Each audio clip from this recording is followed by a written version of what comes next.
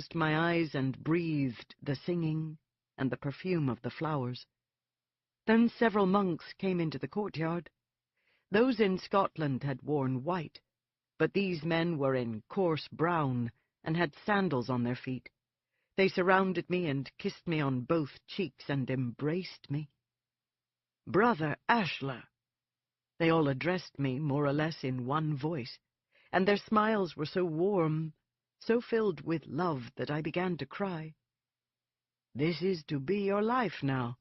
Don't be frightened any more. You will live and thrive in the love of God."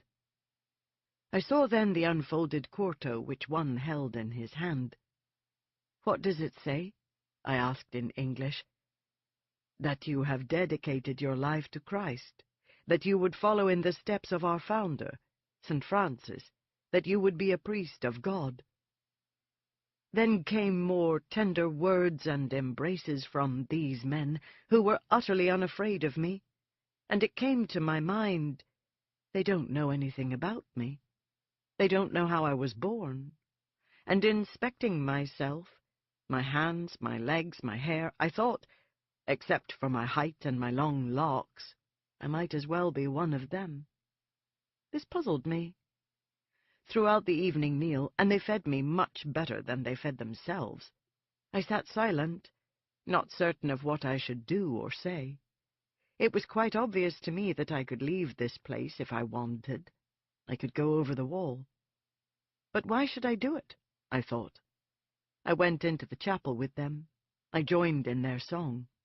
When they heard my voice, they nodded and smiled and touched me with approval, and I was soon lost in the singing and staring at the crucifix again, the very same symbol, Christ nailed to the cross. I don't say it like this to sound simple. I say it to make you picture it as I saw this tortured body, afflicted, beaten, crowned with thorns and shedding blood. Jack of the Green burnt in his wicker, driven through the fields by those with sticks. A great swimming happiness came over me. I made this bargain with myself. Stay for a while. You can always run away tomorrow. But if you run, then you have lost this place. You have lost St. Ashler. That night when they put me in my cell, I said, "You do not have to lock it." They were surprised and confused. They had not intended to do so, they said. Indeed, they showed me there was no lock. I lay there remaining of my own free will, dreaming in the warm night of Italy, dreaming, and from time to time I heard them at their chapel song. In the morning, when they told me it was time to go to Assisi, I said that I was ready. We would walk, they said, for we were Franciscans, and we were of the observant Franciscans, who were true to the spirit of Brother Francis, and we would not sit on the back of a horse. 35. Lasher's story continues. By the time we reached Assisi, I had come to love these friars with whom I was making the journey, and to understand that they knew really nothing about me except that I wanted to be a priest. I was dressed as they were for this journey, in a brown robe and with sandals, and with only a rope about my waist. I had not cut my hair yet, and I carried my fine clothes in a bundle, but I looked very much like one of them. As we walked along the roadside, these priests told me the tales of St. Francis of Assisi, the founder of their order, of how Francis the rich one had forsworn wealth and become a beggar and a preacher, tending the lepers, of whom he was mortally frightened, and so loving to all living things that the birds of the air came to settle on his arms, and the wolf was tamed by his touch. Great pictures were made in my mind as they talked. I saw the face of Francis, an amalgam perhaps of the radiant green-eyed Franciscan priest in Scotland, and their own innocent visages. Or perhaps it was a mere ideal invented by some part of me which had already developed, to make pictures and dreams. Whatever it was, I knew Francis. I knew him. I knew his fear when his father cursed him. I knew the joy when he gave himself to Christ. I knew above all his love when he addressed all creatures as his brothers and sisters, and I knew his love for people we saw all around us, the peasants of Italy working in their fields, the townspeople, and those in the monasteries and manor-houses which gave us gracious shelter by night. Indeed, the happier I became, the more I was beginning to wonder if my birth in Britain had not been some sort of nightmare, a thing which could not have happened at all. I felt I belonged with these Franciscans. I belonged with St. Francis.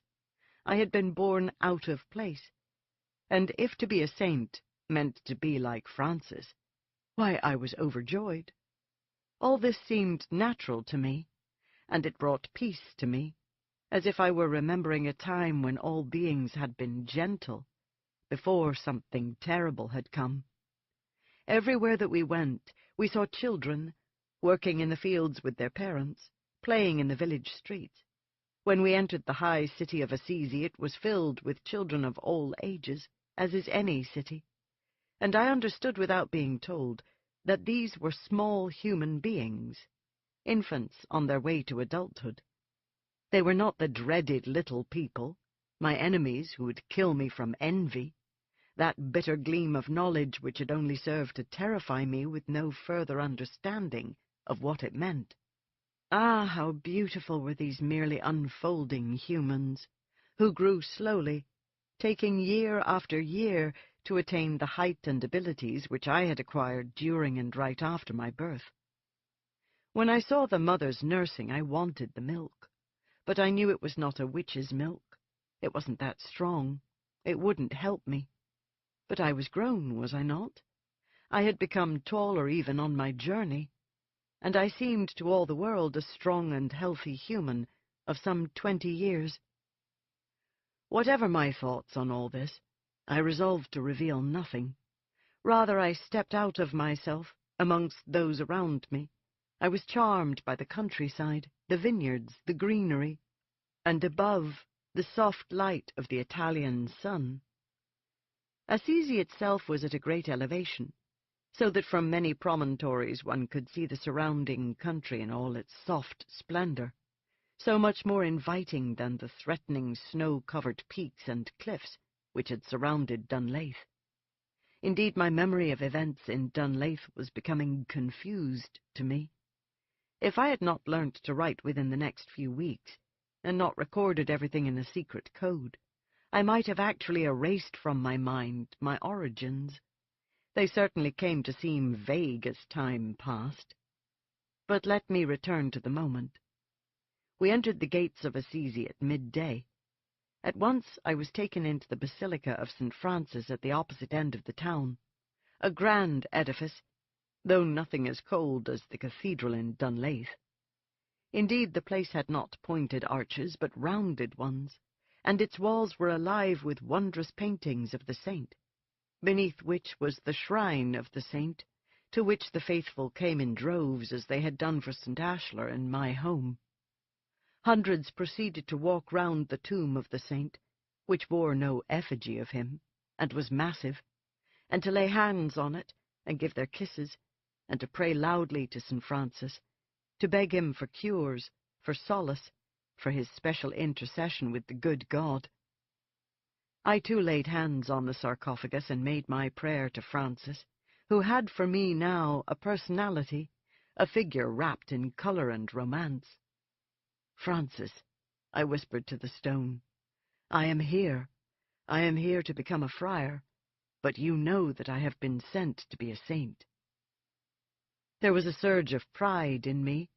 No one knew the secret, that I would one day return to Scotland with the precepts of Francis, and possibly save my people as the good father there had told me I must do. I was destined through humility to achieve great things. But I saw this pride for what it was. If you are to become a saint, you must do it truly, I thought to myself. You must imitate Francis, and these friars and the other saints of whom they have told you, you must forget that ambition. For a saint cannot have the ambition to be a saint. A saint is the servant of Christ. Christ may decide that he wants you to be nothing. Be ready for it. But though I made this confession or admonition in prayer to myself, I was secretly confident. I am destined to shine, like the image of St. Ashlar in the colored glass. For many hours I remained in the shrine, almost drunk on the devotion of those who passed the big stone tomb. I felt their fervor almost as if it were music. Indeed, it was now clear to me that I was hypersensitive, as you would say today, not merely to music, but in general to all sounds. The shrill of birds, the timbre of people's voices, the rhythms and accidental rhymes of their speech, all this affected me. Indeed, when I encountered a person who spoke naturally with alliteration, I was near paralyzed by it. But what paralyzed me here in the shrine was the delirium of the faithful, and the particular intensity of devotion which Francis himself had inspired. That very day I was taken up to the Carceri, the hermitage where Francis and his first followers had lived their solitary life. There were the first cells. There was the grand and beautiful view of the countryside. This was the place where Francis had walked and prayed. I had no thought now of ever leaving. What worried me was not the vows of poverty, chastity, obedience. What I feared was my secret pride, that this legend of St. Ashlar would eat at my soul, while in fact goading me on. Let me now pause to make a most significant point. I was not to leave Italy or this life of a Franciscan for over 20 years. The exact count? I do not know. I never did. It was not 33 years, for that I would remember as the age of Christ. I tell you this so that you will understand two things: that I do not rush to Dunlaith in this tale, for it is not time yet, and that during that time my body remained vigorous and quite limber, quite strong, and quite the same. My skin thickened somewhat, losing its baby softness, and my face gathered expressive lines, but not very many. Otherwise, well, almost, I remained the same. I want you to understand how happy I was in this Franciscan life, how natural it was to me, because that is to some extent the heart of the case I wish to make. Christmas was a great feast in Italy, as it had been back in the highlands of Nightmare, which I had so briefly seen. It became to me the most solemn and significant of all holy days, and wherever I was in Italy, I went home to Assisi at that time. Even before my first Christmas there, I had read the story of the Christ child born in the manger, and looked at innumerable paintings of it, and I had given myself heart and soul to the little infant in Mary's arms.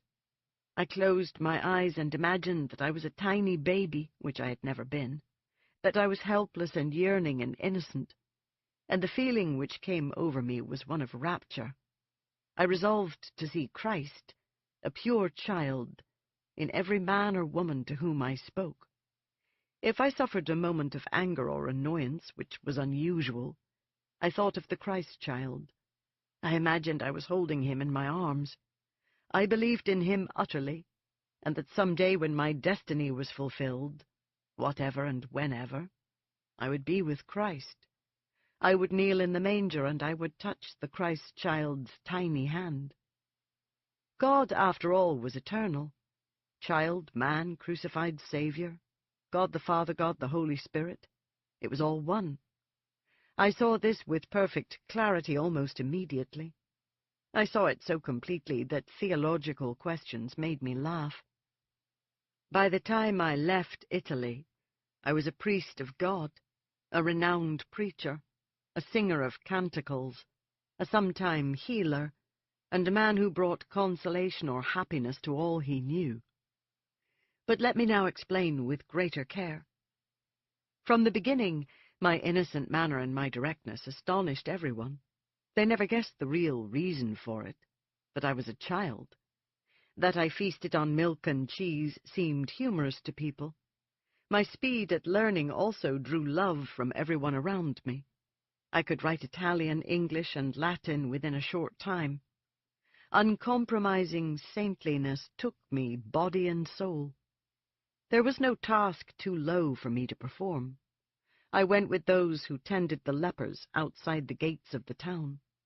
I had no fear of the lepers. I could have had it, I think, but I did not cultivate it, and therein lies a key to my nature. I seemed to be able to cultivate what I wished. Nothing to date had severely repelled me, except hatred and violence, and this attitude remained constant during all my years on earth. I was either saddened by something or seduced by it. There was seldom a middle ground. Indeed, I had a fascination with the lepers because other people were so frightened of them, and of course I knew how Francis has fought to overcome this, and I was determined to be as great as he. I gave comfort to the lepers. I bathed and clothed those who were too far gone with the disease to care for themselves. Having heard that St. Catherine of Siena once drank the bath-water from a leper, I cheerfully did the same thing. Very early on I became known in Assisi, the innocent one, the dazzled one, the fool for God, so to speak, a young monk who is truly on fire with the spirit of Francis, who does naturally what Francis would have us all do. And because I seemed so completely unsophisticated, so incapable of conniving, so childlike, if you will, people tended to open up to me, to tell me things, egged on by my bright, curious gaze. I listened to everything. Not a word was wasted. Imagine it, the great infant that I was, learning from people's smallest gestures and slightest confessions all the major truths of life. That is what was happening inside my mind.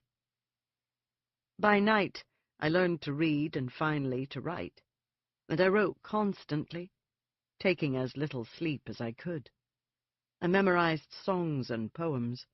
I studied the paintings of the Basilica, the great murals by Giotto, which tell all the significant events of Francis's life, including how the stigmata came to him, the wounds in his hands and feet from God.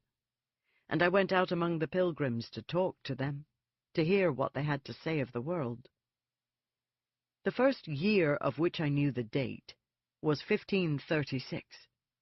I went often to Florence, to give to the poor, to visit their hovels and bring bread and something to drink. Florence was still a city of the Medici. Perhaps she was past her great glory, as some have said since, but I don't think at the time that anyone would have said such a thing. On the contrary, Florence was a magnificent and thriving place. Printed books were sold there by the thousands. The sculptures of Michelangelo were everywhere to be seen.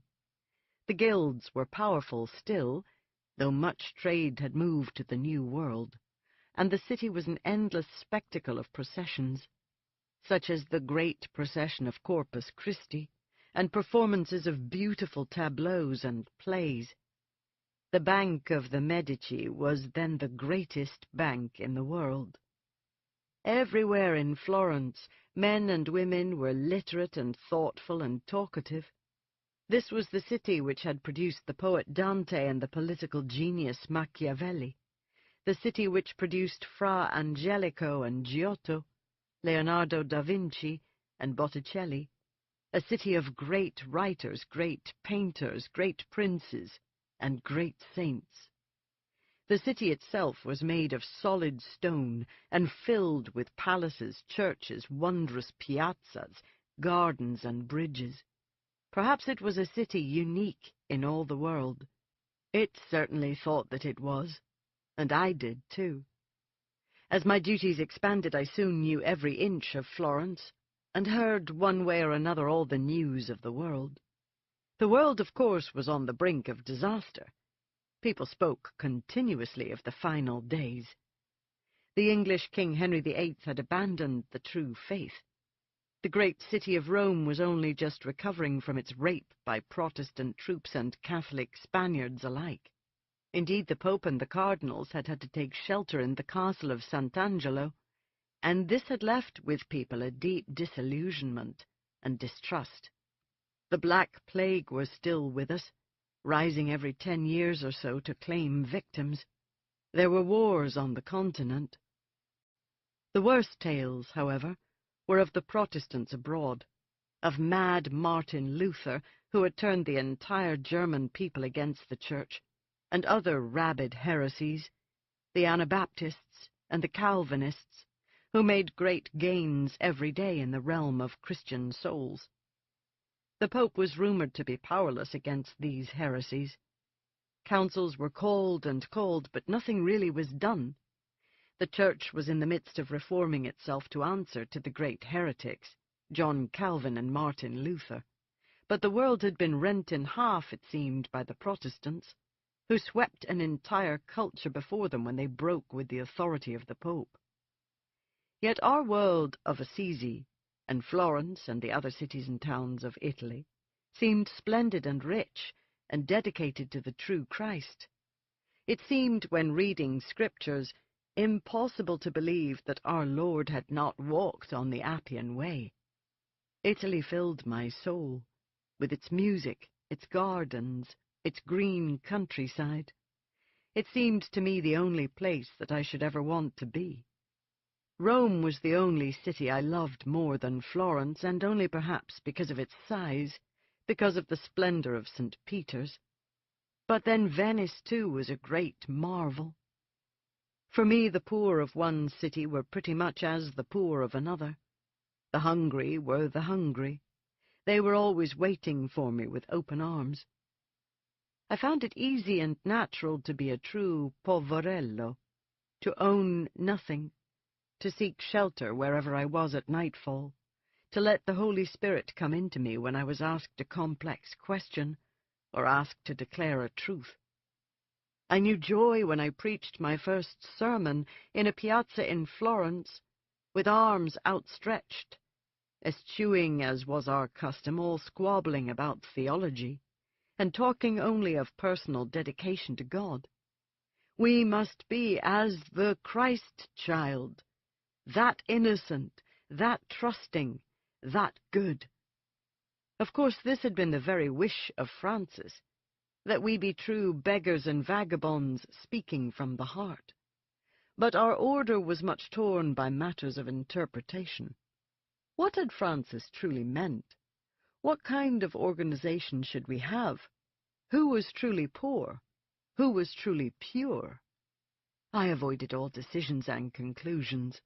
I spoke aloud to Francis. I modeled my life upon him.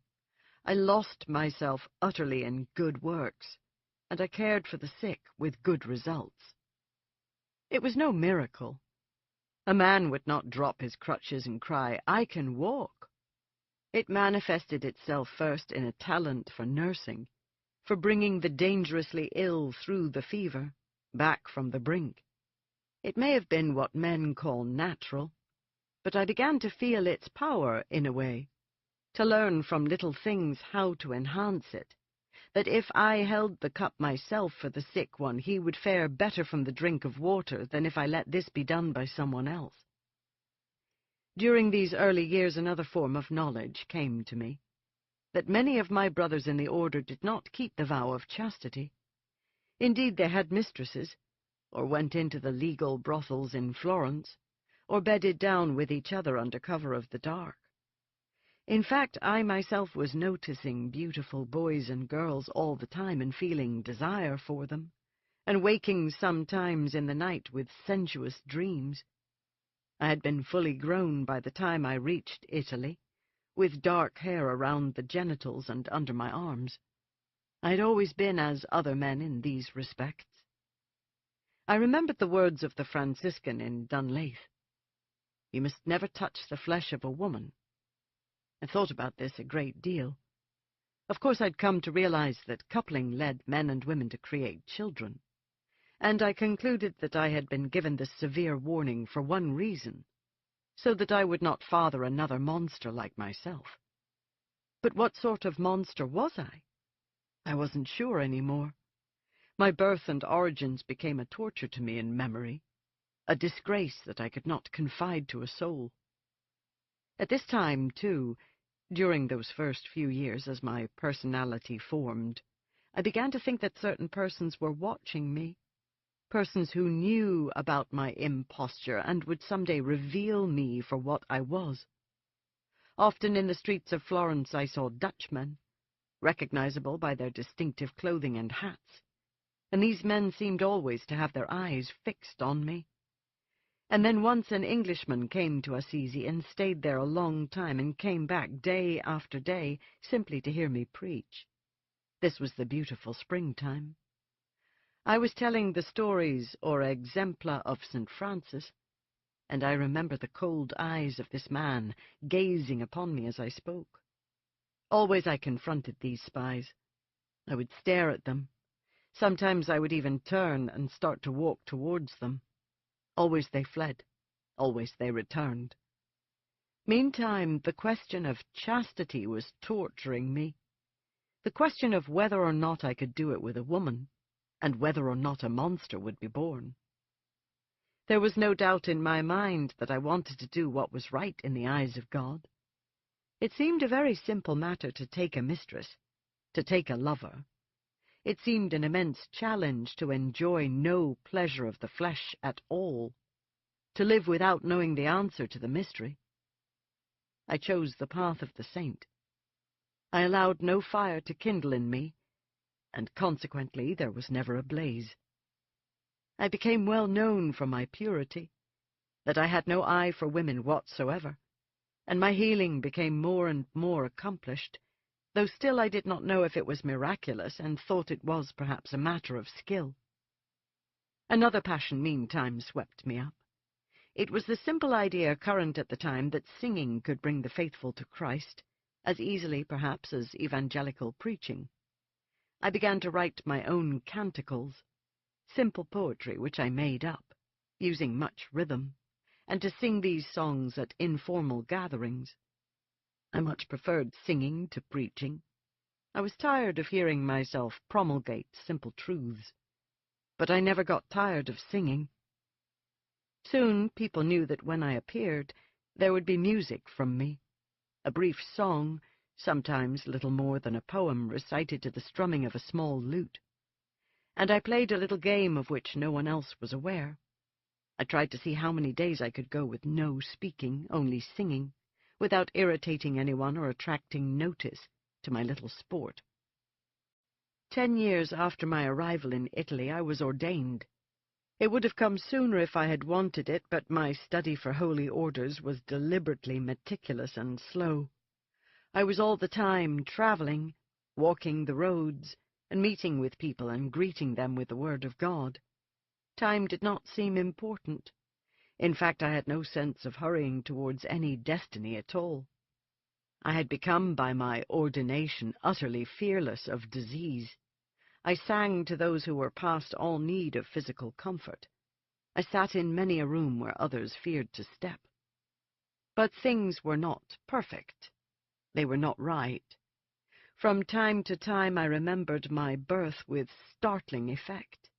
I'd wake, sit up, think, but it's not possible, and then lie back in the darkness, realizing, of course, it was possible, for I had no other mother, father, sister, brothers. I was not what others believed me to be. I would remember the Queen and the river and the highlands as if they were elements of a nightmare. And sometimes it seemed that after these tumultuous moments, I would see those people following me, spying upon me more than before. Of course, I faulted myself for imagining it, but the longer I thought of all this, the more strange my life became. Then there were times when I betrayed my nature in a particular and spontaneous way. I loved the taste of milk. The devil was always tempting me with visions of women's breasts.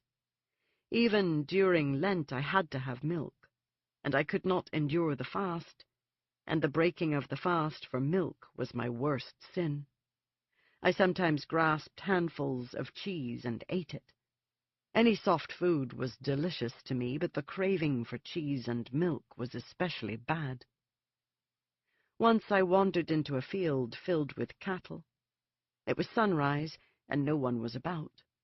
Or so I thought. I went down on my knees and drank from the udder of a cow, squirting the warm milk out of the udder right into my mouth. When I had drunk enough, I lay in the grass, staring at the sky. I felt bestial and ugly for what I had done. An old farmer came. He was in worn clothing, though neat and well mended, and his face was darkened from working in the sun. He whispered something to me, full of fear, and ran away. I got up and ran after him, lifting my robes so that I wouldn't trip. "What did you say to me?" I asked him. He then whispered something hostile, a curse perhaps, and fled away. I was overcome with shame. This man knew I wasn't a human being, and gradually from that day forward my deceit of those around me began to prey on my mind. I saw the farmer again in the city. He saw me. I could have sworn I saw him with others and that they were whispering, but this might have been fancy. I let it go. Then one morning I came out of my cell in the cloister to discover a great pitcher of fresh milk there. This froze my soul. For a moment I did not know where I was, or who, or what was happening. I knew only this was an offering, and that it had happened before and before and before. The glen, the little people, and one single giant among them walking down to the edge of the circle, and the offerings of milk. My head swam. For the first time in many, many years I saw the circle of stones, and the circles of figures, so many circles of figures, each wider than the other, and going on so far that I lost count. I picked up the pitcher and I drank it down greedily, the way I always did milk. When I looked up across the monastery garden, I saw in the shadows of the cloister people moving, who then darted away. I think some of the monks saw this. I didn't know what to think of it. I didn't dare tell anyone about it. I dismissed it. I told St. Francis I was his instrument, and I cared only for serving God.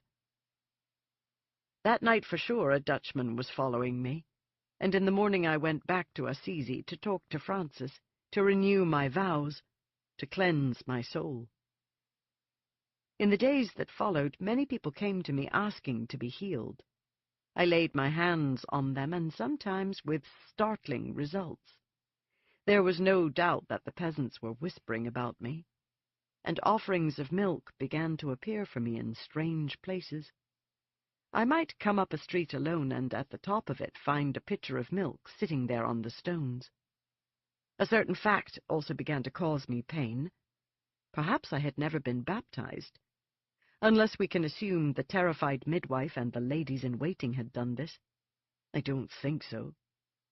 And now as I brooded on this, as I began to try to remember all the details of the Northland where I had been born and exiled, I realized that if I had not been baptized, then I could not have received holy orders, which meant that when I changed the bread and wine into the body and blood of Christ, it was nothing of the sort. Indeed, nothing that I had done could bear fruit. I fell into a state of melancholia. I would talk to no one. And then it became very plain to me that I must have imagined this birth in England, that nothing of that sort could truly have occurred. Dunlaith.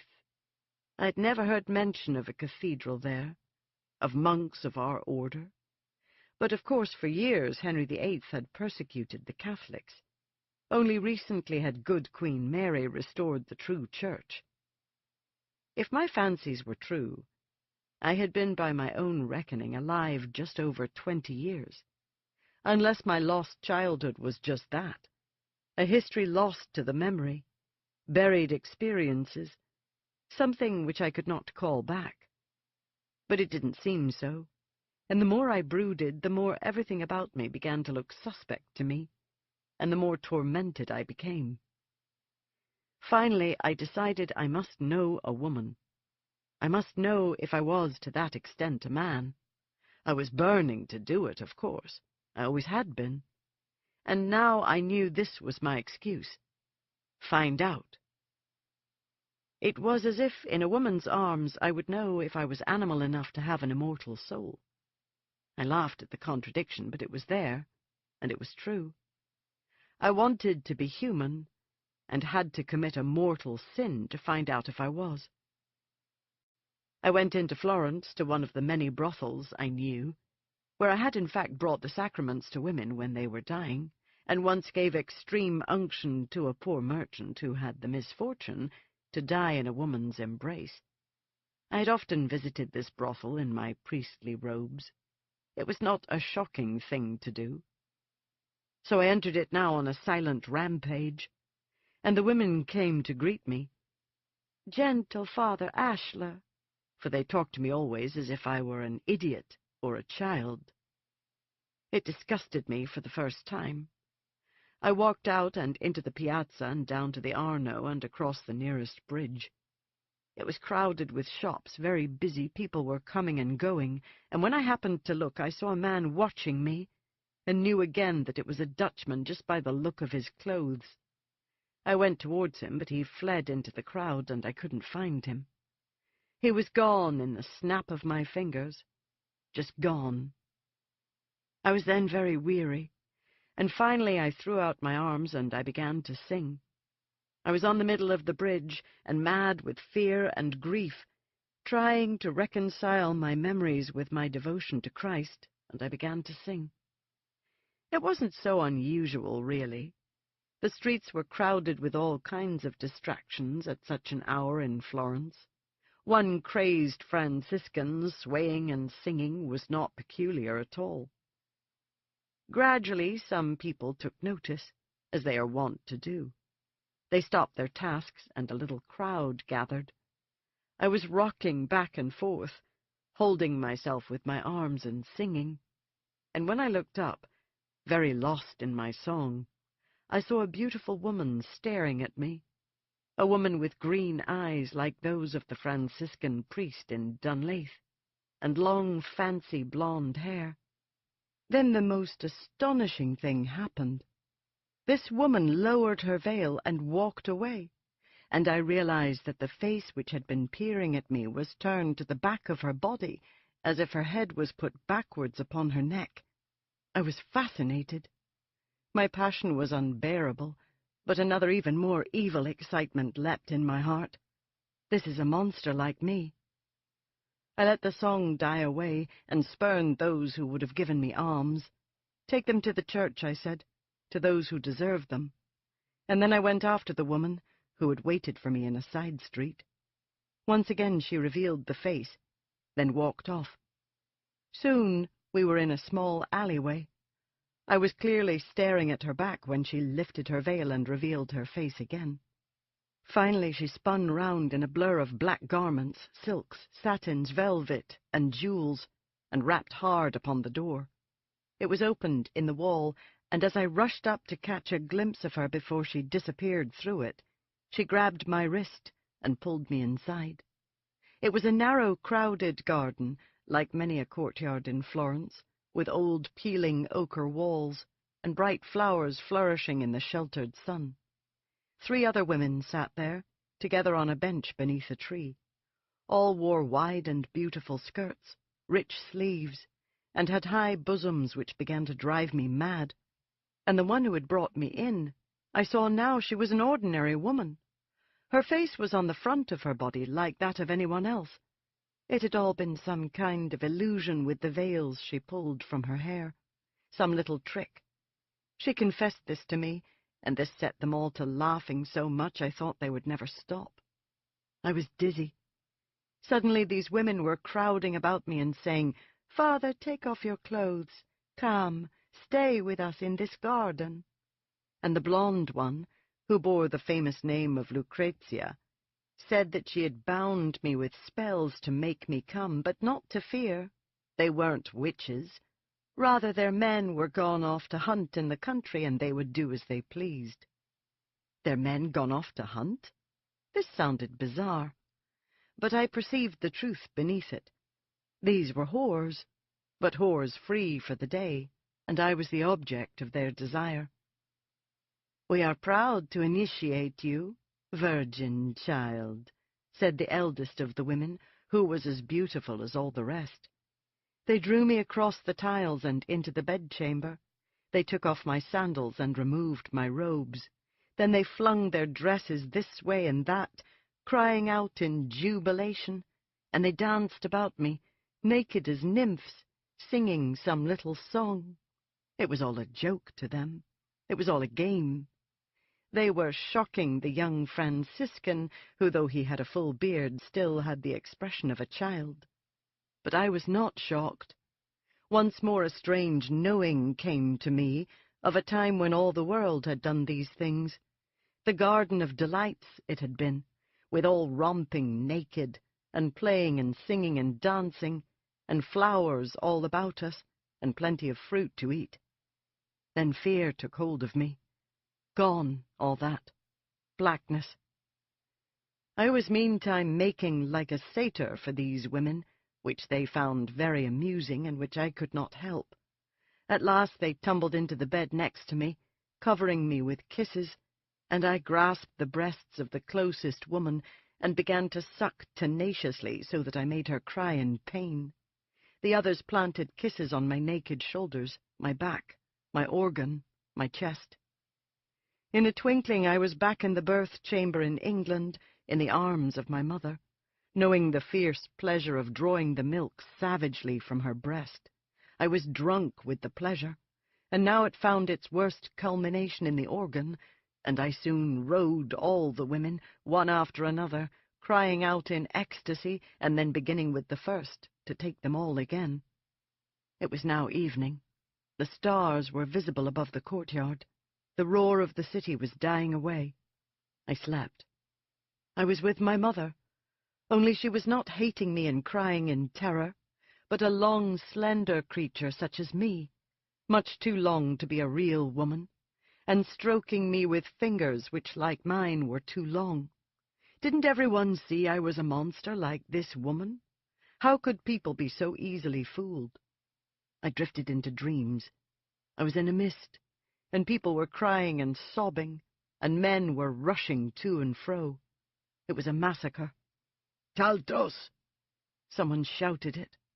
And then I beheld in my dream the farmer from the field near Florence, and heard him whisper, "Taltos!" and I saw before me again a pitcher of milk. Thirsty, I woke, and sat bolt upright, as was my custom, and stared around me in the dark. All the women were still, but with their eyes open. This struck me as horrid, horrid as the illusion that the woman's face had been on the back of her head. I reached out to shake awake the blonde woman, so rigid was her gaze, and I perceived the moment I touched her that she lay dead in a pool of her own blood. Indeed, all of them were dead, one on either side of me, and the three who lay on the floor. They were dead, and the bed was soaked with the blood, and it stank of human people. I rushed out into the courtyard in uncontrollable cowardice, and collapsed near the fountain on my knees, trembling, unsure of what I had seen. But when I finally rose to my feet and returned, I saw it was true. These women were dead. I laid my hands on them repeatedly, but there was no waking them. I couldn't cure them of death. I gathered up my robes, my sandals, dressed again, and ran away. How could these women have died? I remembered the words the Franciscan had said to me. Never touch the flesh of a woman. It was the dead of night in Florence, but I managed to return to the monastery, and there I locked myself in my cell.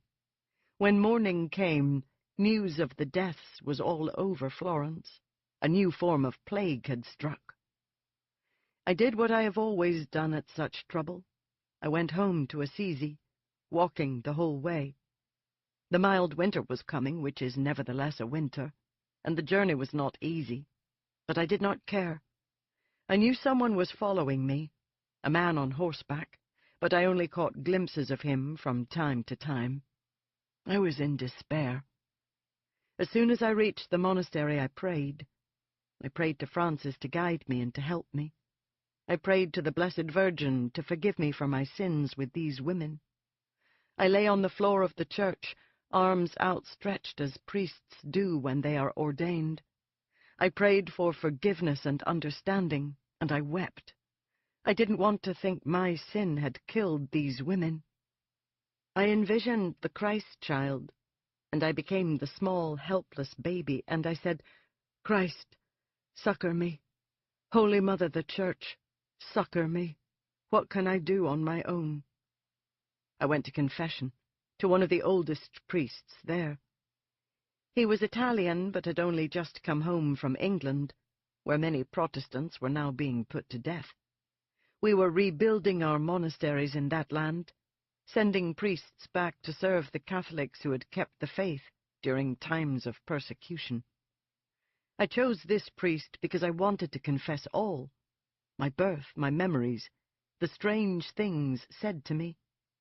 But when I was kneeling in the confessional, these things seemed the dreams of a madman, and it really did seem to me that I was a man only, and had had some proper childhood somewhere, which had somehow been erased from my mind and heart. I confessed only that I'd been with the women, that I had brought death to all four, but did not know how. My confessor laughed at me, softly, reassuringly. I had not killed the women. On the contrary, God had preserved me from the plague which had killed them. It was a sign of my special destiny. I should not think of it any more. Many a priest has stumbled, taken to his bed a whore.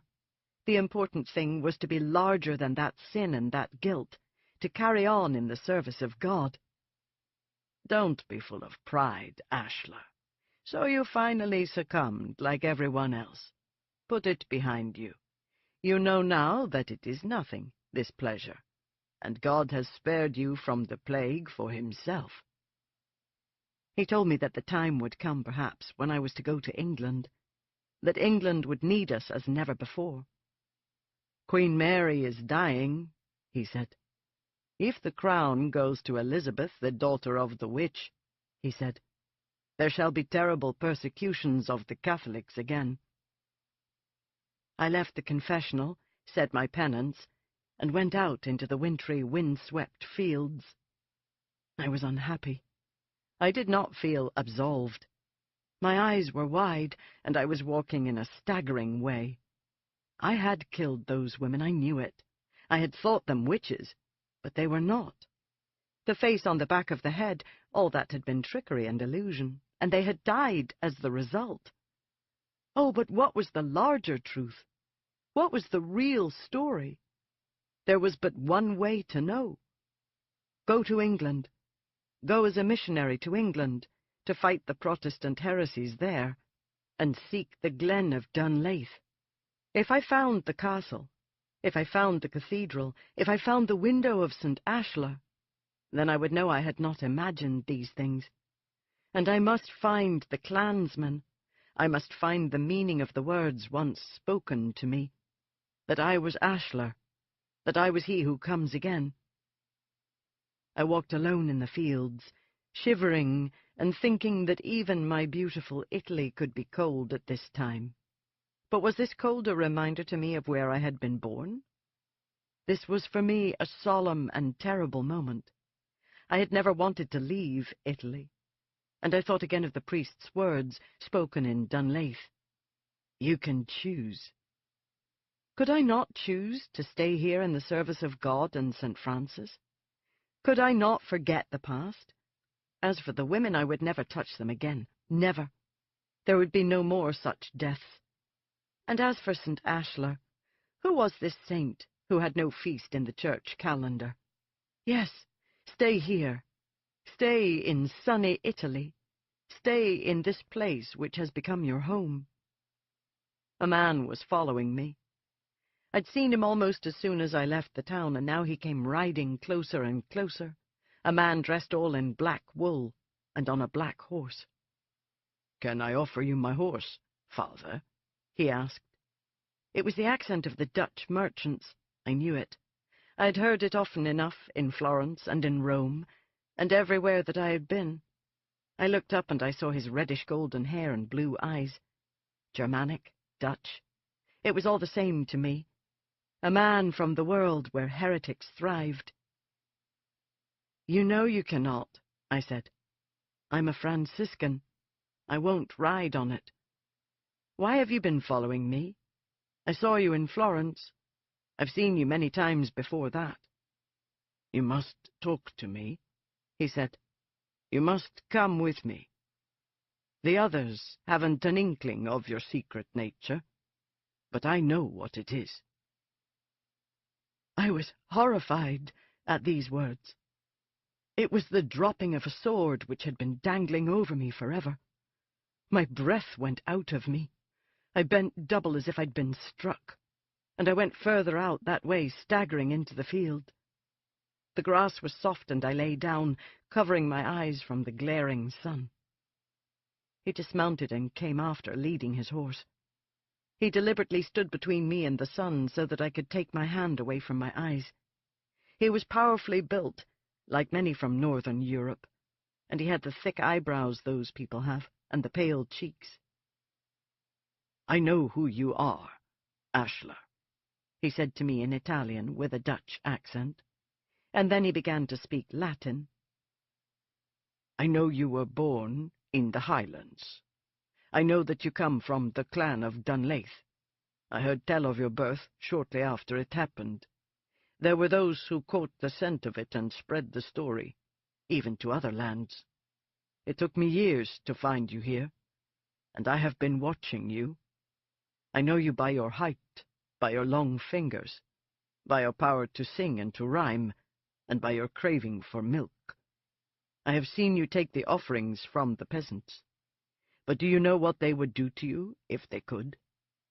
Your kind would always have the milk and the cheese, and in the dark woodlands of the world the peasants still know this, and leave these offerings for you on the table at night, or at the door." "What are you calling me? A devil? A woodland spirit? Some demon or familiar? I am none of those things." My head was aching. What was real to me? This beautiful grass around me as I rose to my knees and then to my feet? This cold blue sky above me? Or those wretched, ghastly memories and the words this man spoke? "Nights ago, in Florence, you brought death to 4 women, he said. "That was the final proof." "Oh, God, then you know it. It is true." I began to weep. "But how did I kill them? Why did they die? All I did was what other men have done." "You will bring death to any woman whom you touch. Weren't you told this before you left the glen? Ah, the folly of those who sent you away. And for years and years we have watched and waited for you to come. They should have sent for us. They know who we are, and that we would have paid gold for you, gold, but they are stubborn." I was horrified. "You speak of me as if I were a chattel. I am my father's son. Those base-born." He went on, worrying and wringing his hands, imploring me to understand him.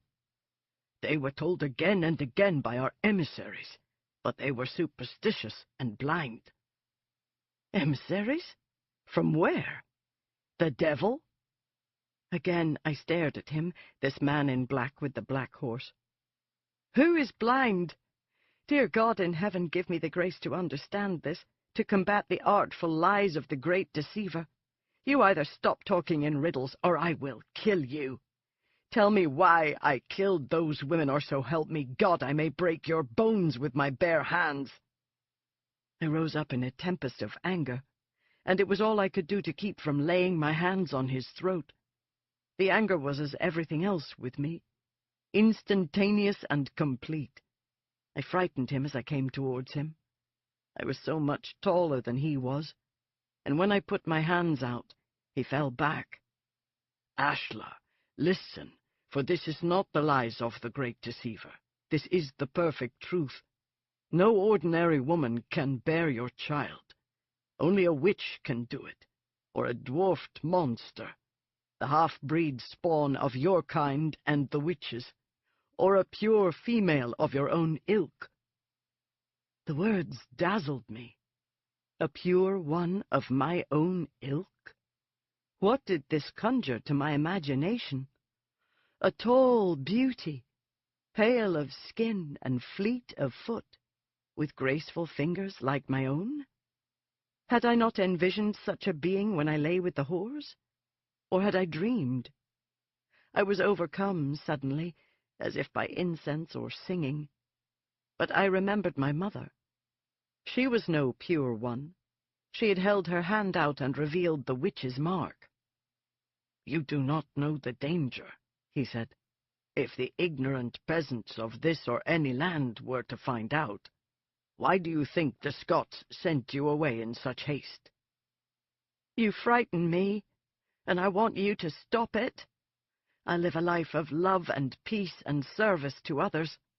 They sent me away to become a priest." At this the calm came over me. I believed these words so completely.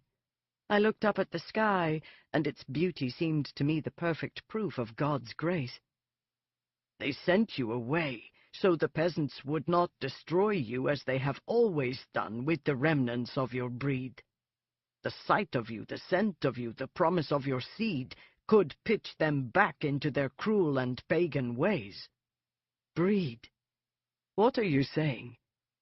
Breed?" I could not hear any more. I clenched my fists, unable to lay hands on him, unable to do him harm. In all my life of 20 years or more I had never struck another. I could not do violence.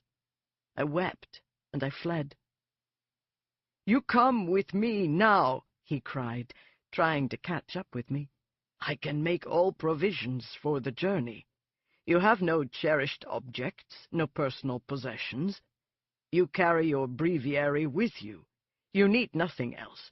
Come, we will go to Amsterdam together, and when you are safe, I will tell you the truth." "I will not," I said. "Amsterdam, a stronghold of the heretics. You are speaking of hell by another name." I turned around. "What are you saying? That I am not a mortal man?" Again he was frightened as I leant over him, but he was powerfully built, and he took a stand. "You have a body which can deceive others," he said, "but no one can speak for your soul. In the most ancient legends it was said your kind had no souls to be converted, no souls to be saved, that you could hover invisible in the darkness forever between heaven and earth, because heaven was closed to you, so your only hope was to return in a likely form." I was awestruck, but not only for myself that someone could believe such a thing of me, but for the sheer possibility that such creatures could exist. Soulless, in darkness, with heaven closed to them. I started to weep. I cleared my vision and looked at this man who'd given words to such a ghastly thought. His words were like sparks inside of me, like the snapping and popping of damp wood. The more I stared at him, I sensed that he had to be evil. He was from the devil. He was from some dark army that would carry my soul to hell. "And you say that I have no soul, that I have no soul to be saved. How dare you say this to me? How dare you tell me that I am without a soul?" In a fury I did strike him, knocking him with one fine blow all the way to the ground.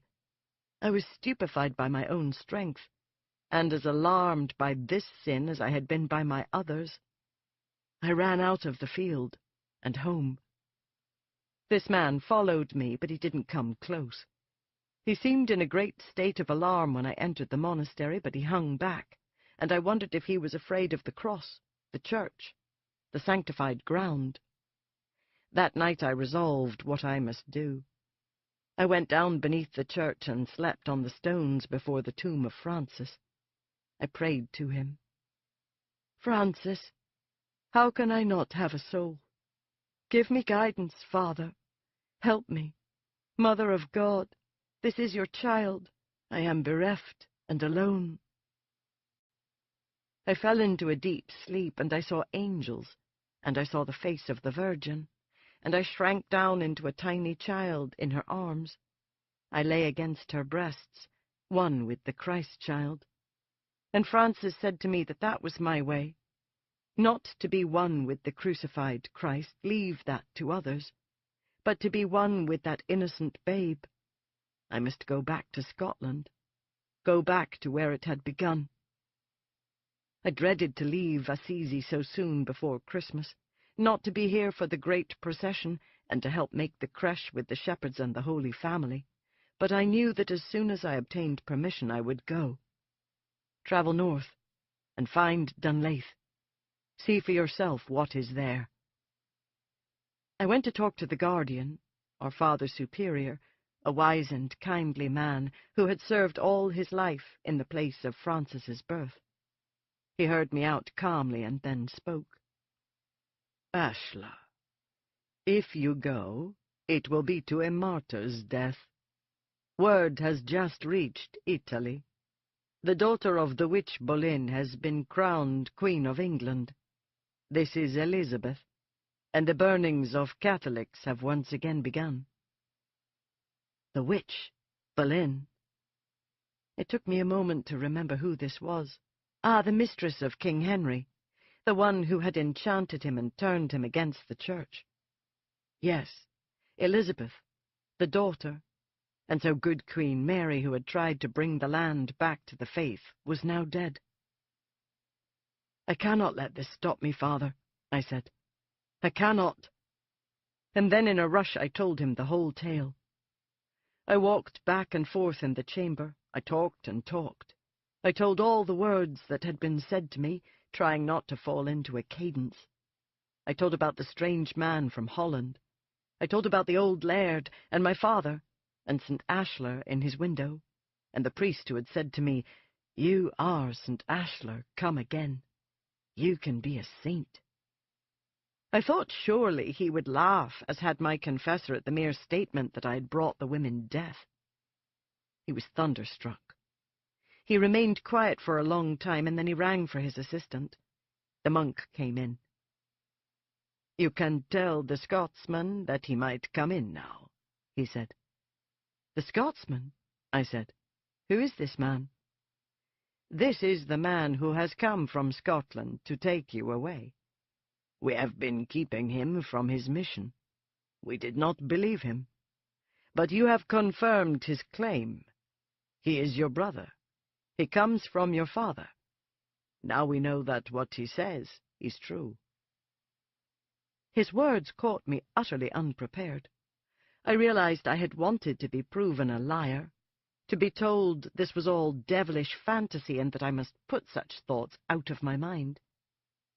"Bring the young Earl's son to me," said the Father Superior again, to send the baffled attendant on his way. I was a cornered animal. I found myself looking to the windows as a means of escape. I was in terror that the man who came into the room would be the Dutchman. This cannot happen to me, I thought. I am in the state of grace. God cannot let the devil take me to hell. I closed my eyes and I tried to feel my own soul. Who dares to tell me I have no soul? There came into the room a tall, red-haired man, clearly recognizable as Scots by his wild and rustic attire.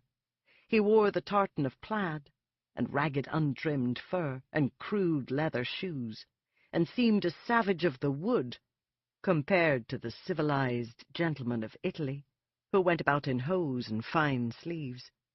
His hair was streaked with brown and his eyes dark, and when I looked at him I knew him, but I could not remember from where. Then I saw, in memory, the men standing by the fireplace, the Yule log burning, the Laird of Dunleith saying, "Burn him," and these men about to obey the command. This was one of the clan, though too young to have been there then. "Ashlar," he said in a whisper. "Ashlar, we've come for you. We need you. Our father is the Laird now, and would have you come home." And then he dropped to his knees, and he kissed my hand. "Don't do this," I said gently. "I am only an instrument of the Lord. Please embrace me man to man, if you will, and tell me what you want." "I am your brother," he said, obeying me and caressing me. "Ashla, our cathedral still stands. Our valley still exists by the grace of God, but it may not for long. The heretics have threatened to come down upon us before Christmas. They would destroy our rites.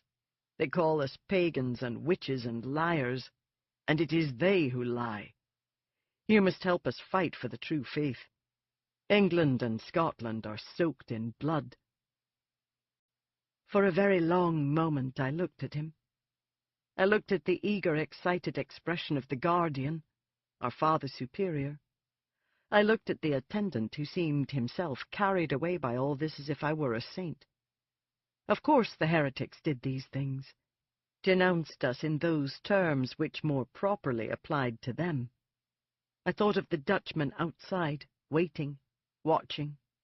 Perhaps this was a trick from him, but I knew better. This was my father's son. I saw the resemblance. All the rest was true. "Come with me," said my brother. "Our father is waiting. You have answered our prayers. You are the saint sent by God to lead us. We can't delay any longer. We must go." My mind played a strange trick on me. It said some of this is true and some is not. But if you take the horror, you must take the illusion. The veracity of one depends upon the other. Yes, the birth happened, and you know that a witch was your mother, and you even suspect who that witch might be. You know, and therefore you are the saint, and your hour has come. In sum, I knew full well that what lay before me was a likely mixture of fancy and truth, a mixture of legend and puzzling fact, and in my desperation, horrified by what I could not deny, I accepted all in one fell swoop. You might say I bought the fantasy. I could not be stopped now from going home. "I will come with you, brother," I said. And before I could form any thoughts in my mind to the contrary, I submerged myself in the sense of my mission. I let it seduce me and overtake me. All night I prayed only for courage, that if there was persecution in England, I would be brave enough to die for the true faith. That my death would have meaning I never doubted, and by dawn I think I had convinced myself I was meant to be a martyr. But much adventure and excitement lay ahead before the final flames. But at early morning I went to the guardian of our congregation, and I asked him, to help me in my courage, would he do two things. First, take me into the church, into the baptistry, and there baptize me Ashler in the name of the Father, and of the Son, and of the Holy Ghost, as if it had never been done before. And then would he lay his hands on me and give me holy orders, as if that too were happening for the first time? Would he give the power to me as a priest had given it to him, a priest who had been given it by one before him, who had got it direct from one before that, all the way back to Christ, putting his hands on Peter and saying, "Upon this rock I shall build my church"? "Yes, my son," he said, "my beloved Ashler. Come. If you want these ceremonies, if they will give you strength, in Francis's name we shall do them. You have in all these years asked for nothing. Come, we shall do as you wish." Then if it is true, I thought, if it is, I am nevertheless a child of Christ, now born of water and the Spirit, and I am an anointed priest of God. "St. Francis, be with me," I prayed. It was determined we would travel overland, mostly through Catholic France, and then over water to England. I was dispensed from my vow not to ride a horse. Expediency demanded it. And so our long journey began. We were 5 men, all of us Highlanders, and we travelled as fast and as rough as we could, sometimes making camp in the forest. All the men except for me were heavily armed. It was in Paris that again I saw the Dutchman.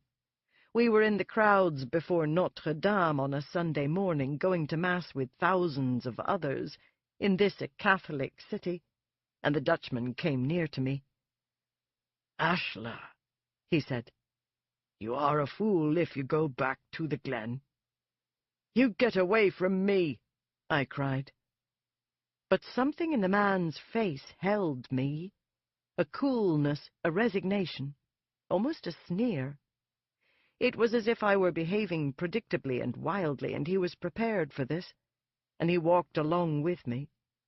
My brother and his men glared at the Dutchman and were ready at any instant to sink a dagger into him. "Come to Amsterdam with me," the Dutchman said. "Come and hear my story. You go back to the glen and you will die. They are killing priests in England, and that is what they think you are. But in the glen you will be an animal of sacrifice to those people. Do not be their fool." I drew up close to him. "Tell me now, here in Paris.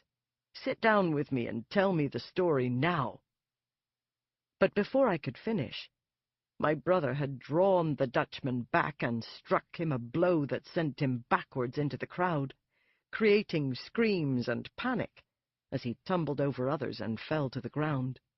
"You've been told before," he declared to the Dutchman. "Stay away from our ilk and from our valley." He spat in the Dutchman's face. The Dutchman stared up at me, and it seemed I saw hatred in him, pure hatred. Or was it merely the thwarted will?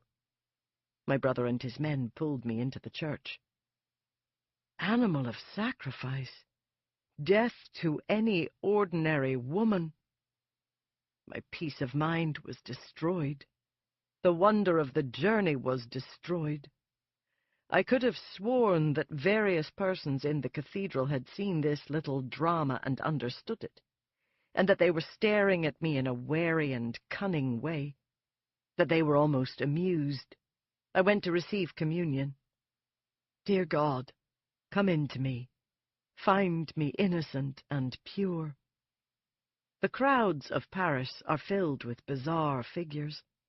It was my imagination, surely, that those on the fringes stared at me, that the gypsies looked, and the deformed ones, those with humps and stunted legs. I closed my eyes and sang my songs in my head. The next night we put on plain clothes, and we sailed for England. The mist was thick over the sea. It was now very cold. I was entering the land of winter again, of low skies and dim sunshine, of eternal chill and mystery, the land of secrets, the land of terrible truths. We made landfall 4 nights later in Scotland, surreptitiously, for priests were being hunted by Elizabeth and burnt.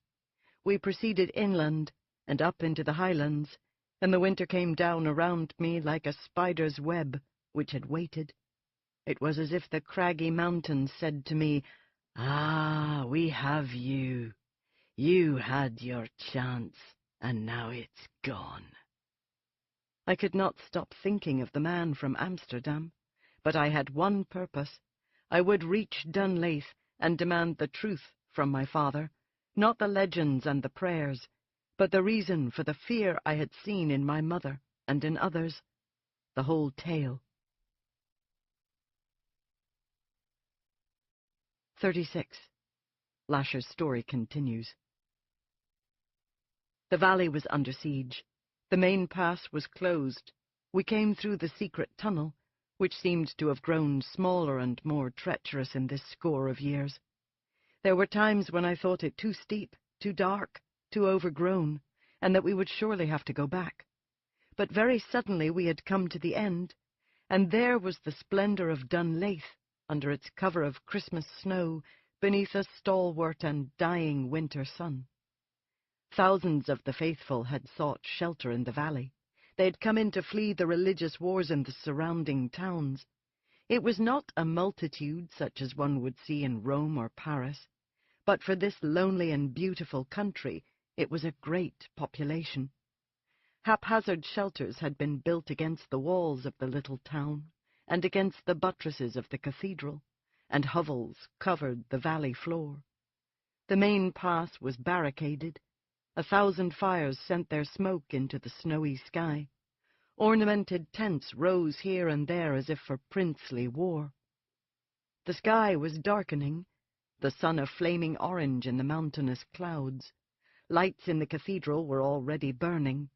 The air was wintry but not freezing, and the splendid windows shone through the early dark in a fierce and beautiful blaze. The waters of the loch held the last of the light jealously, and we could see armed Highlanders patrolling the dimming shores. "I would pray first," I told my brother. "No," he said, "we must go up to the castle now. Ashlar, that we are not burnt out already is a miracle. This is Christmas Eve, the very night on which they have sworn to attack. There are factions within us who would be Protestant, who think that Calvin and Knox speak for the conscience. There are the old ones, the superstitious ones. Our people could break into their own war on this spot."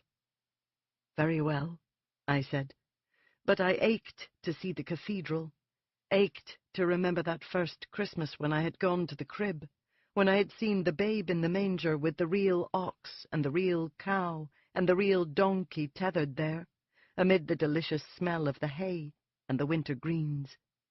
Ah, Christmas Eve! That meant that the child himself had not yet been laid in the manger.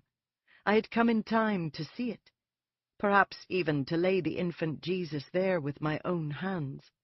And in spite of myself, in spite of the bitter cold and the harsh darkness, I thought, this is my home. The castle was more or less as I remembered, a great indifferent, cheerless pile of stone, as ugly surely as any edifice built by the Medici, or any I'd seen on my progress through war-torn Europe. The mere sight of it filled me suddenly with fear. I turned round as I stood at the drawbridge, looking down into the valley, at the little town which was far smaller and poorer than Assisi, and all of this seemed crude and frightening suddenly. A land of shaggy, gruff-spoken, light-skinned persons without civilization, without anything that I could understand. Was this pure cowardice that I felt? I wanted to be in Santa Maria del Fiore in Florence, listening to the canticles or the High Mass. I wanted to be in Assisi greeting the Christmas pilgrims. For the first time in over 20 years I was not there. As darkness fell, the crowds about the little city and the church looked all the more ominous, and the woods themselves closer, as though struggling to swallow what few edifices man had made in this place. For 1 second I thought I saw a pair of dwarfish creatures, 2 little beings, far too ugly and misshapen to be children, and far too quick as they scurried out of the castle yard and across the bridge and beyond. But so quick had it been, and so dark was it, that I was uncertain I'd seen anything at all. I took one last look down into the valley. Ah, the beauty of the cathedral! In its great Gothic ambition, it was more graceful even than the churches of Florence. Its arches challenged heaven. Its windows were visions. This alone must be saved, I thought. My eyes filled with tears. Then I went into the castle to learn the truth. The main hall had its roaring fire, and many in dark woolen garments gathered around the hearth. My father rose at once from a heavily carved chair. "Leave the hall," he told the others. I recognized him immediately. He was mightily impressive, big-shouldered still, and somewhat resembling his own father, but far more hardy, and nothing as old as the old one had been when I came. His hair was streaked with grey, but still a deep, lustrous brown, and his deep-set eyes were filled with a loving fire. "Ashlar," he said, "thank God you have come." He threw his arms around me. I remembered the first moment I had ever seen him, the same look of love from one who knew me, and my heart nearly broke. "Sit down by the fire," he said, "and hear me out."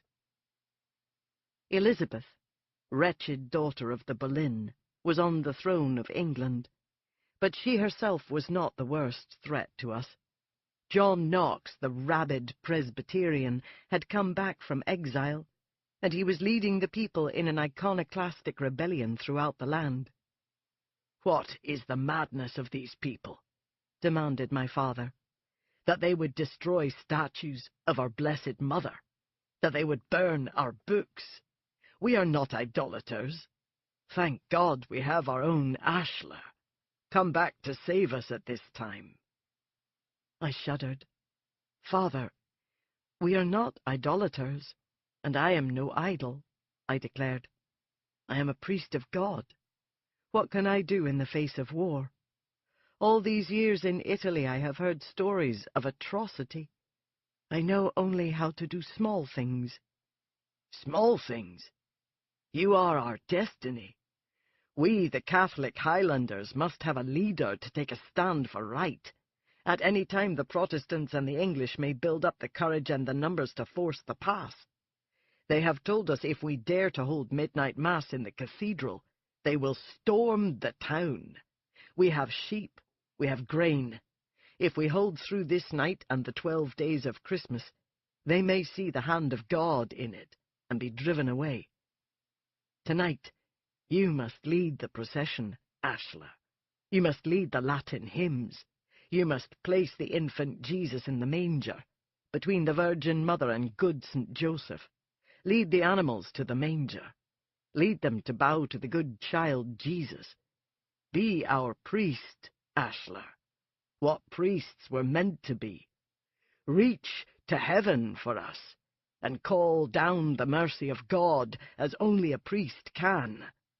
Of course, I knew this was the very concept which the Protestants found archaic, that we of the priesthood were mysterious and elevated, and that we had some communication with God which the ordinary folk did not.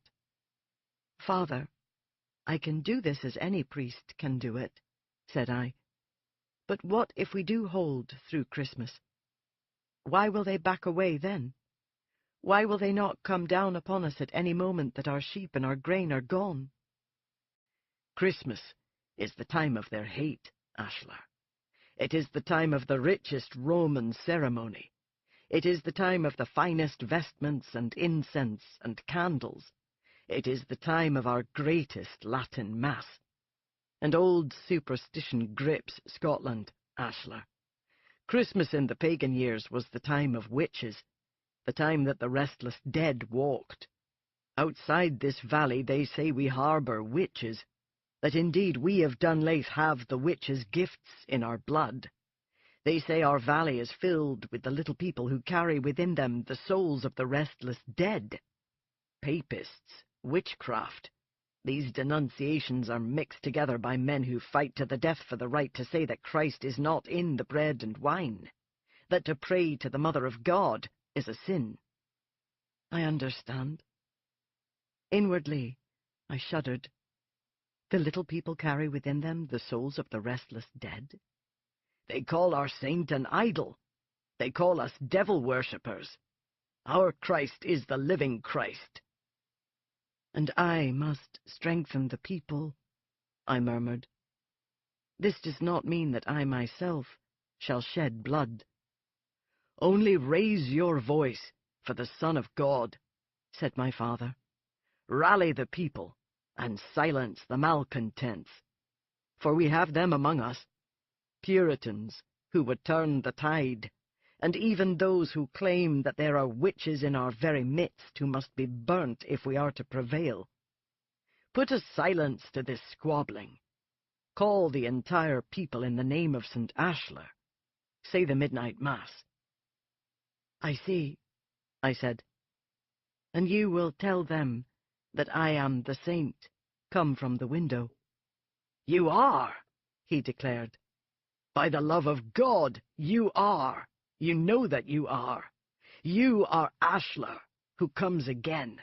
You are Ashler, who is born knowing, and you know what you are. For 23 years you have lived in sanctity in the arms of the Franciscans, and you are a true saint. Do not be so humble, my son, that you lack courage. Cowardly priests in this valley we have already, trembling down there in the sacristy, terrified that they will be snatched from the very altar by the town's Puritans and thrown in the Yule fire. At these words, I remembered that long-ago Christmas. I remembered when my grandfather gave the order that I was to die. The Yule log. Would they bring it in this very night and start it to burning after the midnight mass, when the light of Christ was born into the world? I was suddenly brought out of my thoughts. A deep, sultry fragrance came to me, a thick and unnameable perfume. I smelled it so strongly that I was confused. "You are St. Ashlar," my father declared again, as if piqued by my silence. "Father, I don't know," I uttered softly. "Ah, but you do know," cried out a new voice.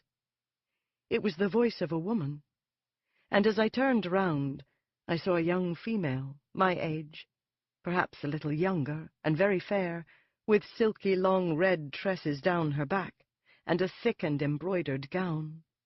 It was from her that this fragrance emanated, causing a subtle change within my body, a longing and a slow fire.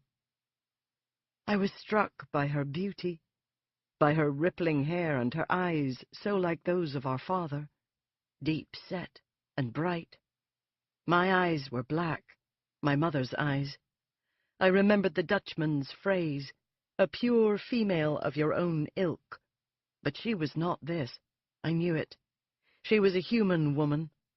I could see that she more resembled my father than me. When I saw my like, I would know it, just as I have always known certain things. This woman came towards me. The fragrance was inviting to me. I had no idea what to make of it. I seemed to feel hunger, thirst, and passion all at the same time. "Brother, you are no St. Ashlar," she said. "You are the Taltos, the curse of this valley since the dark times, the curse that rises without warning in our blood." "Silence, bitch," my father said. "I mean it. I will kill you and your followers with my own hands." "Aye, like the good Protestants of Rome," she said, mocking him, her voice very clear and ringing as she lifted her chin and pointed her hand. "What is it they say in Italy, Ashlar? Do you know? If our own father were a heretic, we would carry the faggots to burn him. Do I quote it right?"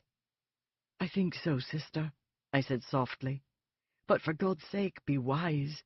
Speak to me in patience." "Patience? Were you born knowing?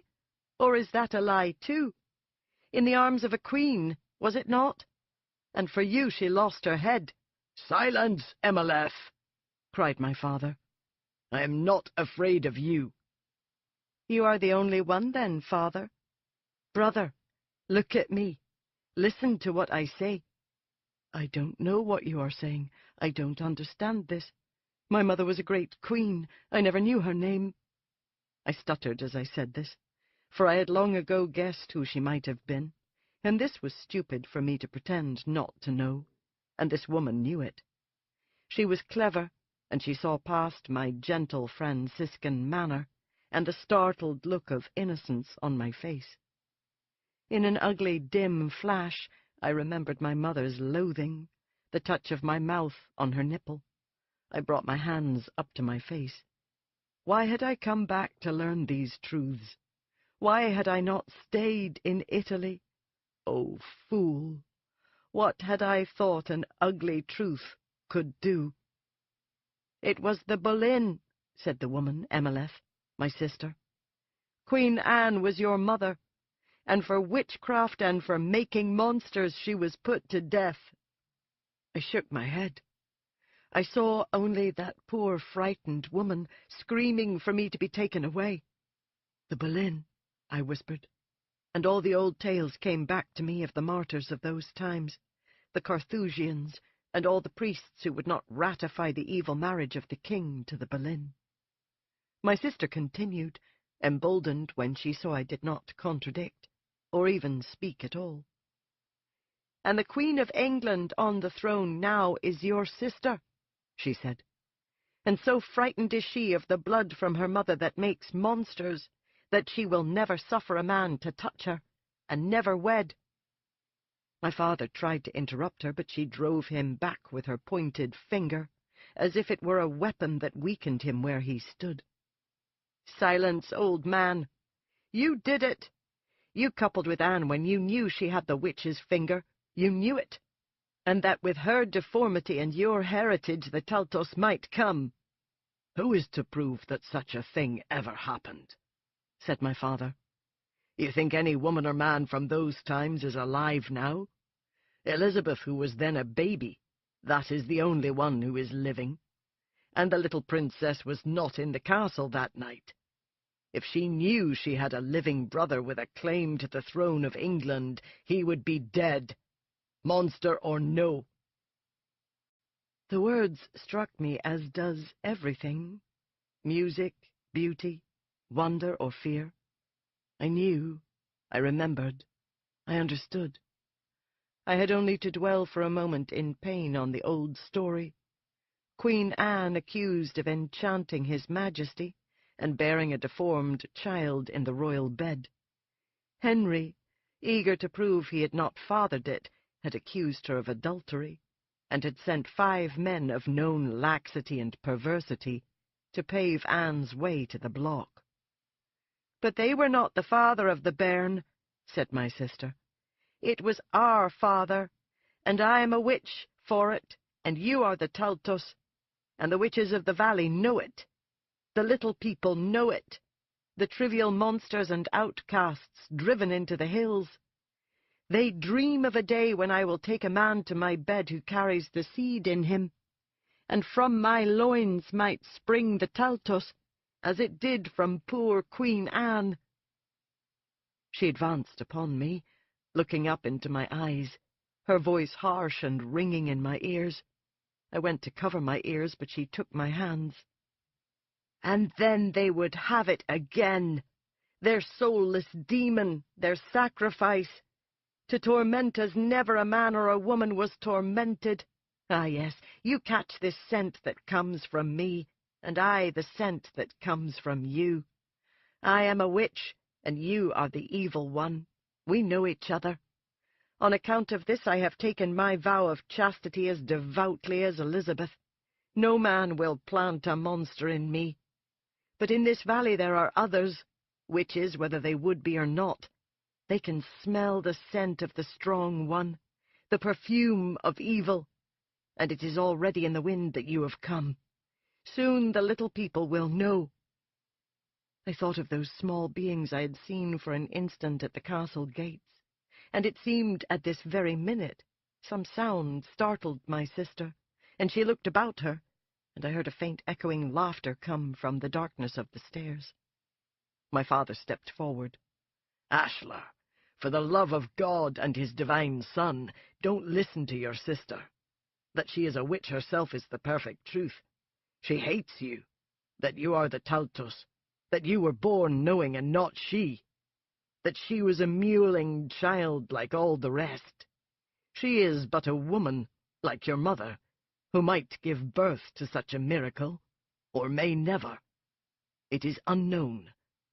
The little people are sad and easily placated. They are old and common monsters. They have always lived in the mountains and the valleys of Ireland and Scotland. They will be here when men are gone. They do not matter." "But what is the Taltos, father?" I demanded. "Is this an old and common monster, this Taltos? Whence comes this thing?" He bowed his head, and gestured that I should listen. "Against the Romans we protected this valley, when we were warriors of old and gathered the big stones. We protected it against the Danes, the Norsemen, and the English as well." "Aye," cried my sister, and once we protected it from the Taltos when they fled their island and sought to hide from the armies of the Romans in this glen." My father turned his back on her and took me by the shoulders. He shut her out. "Now we protect Dunleith from our own Scots people," he said, "and in the name of our Catholic Queen, our sovereign of our faith. Mary Stuart, Queen of Scots, is our only hope. You must put aside these tales of magic and witchcraft. There is a purpose to what you are and why you have come. You will put Mary, Queen of Scots, on the throne of England. You will destroy John Knox and all his ilk. Scotland will never be under the boot of the Puritans or the English again." "He has no answer for your question, brother," cried Amaleth. "Sister," I said quietly, "what would you have me do?" "Leave the valley," she said, "as you came. Flee for your life and for our sakes before the witches know you are here, before the little people learn. Flee so that they do not bring the Protestants down upon us. You, brother, are the living proof of their claim. You are the witch's child, deformed, monstrous.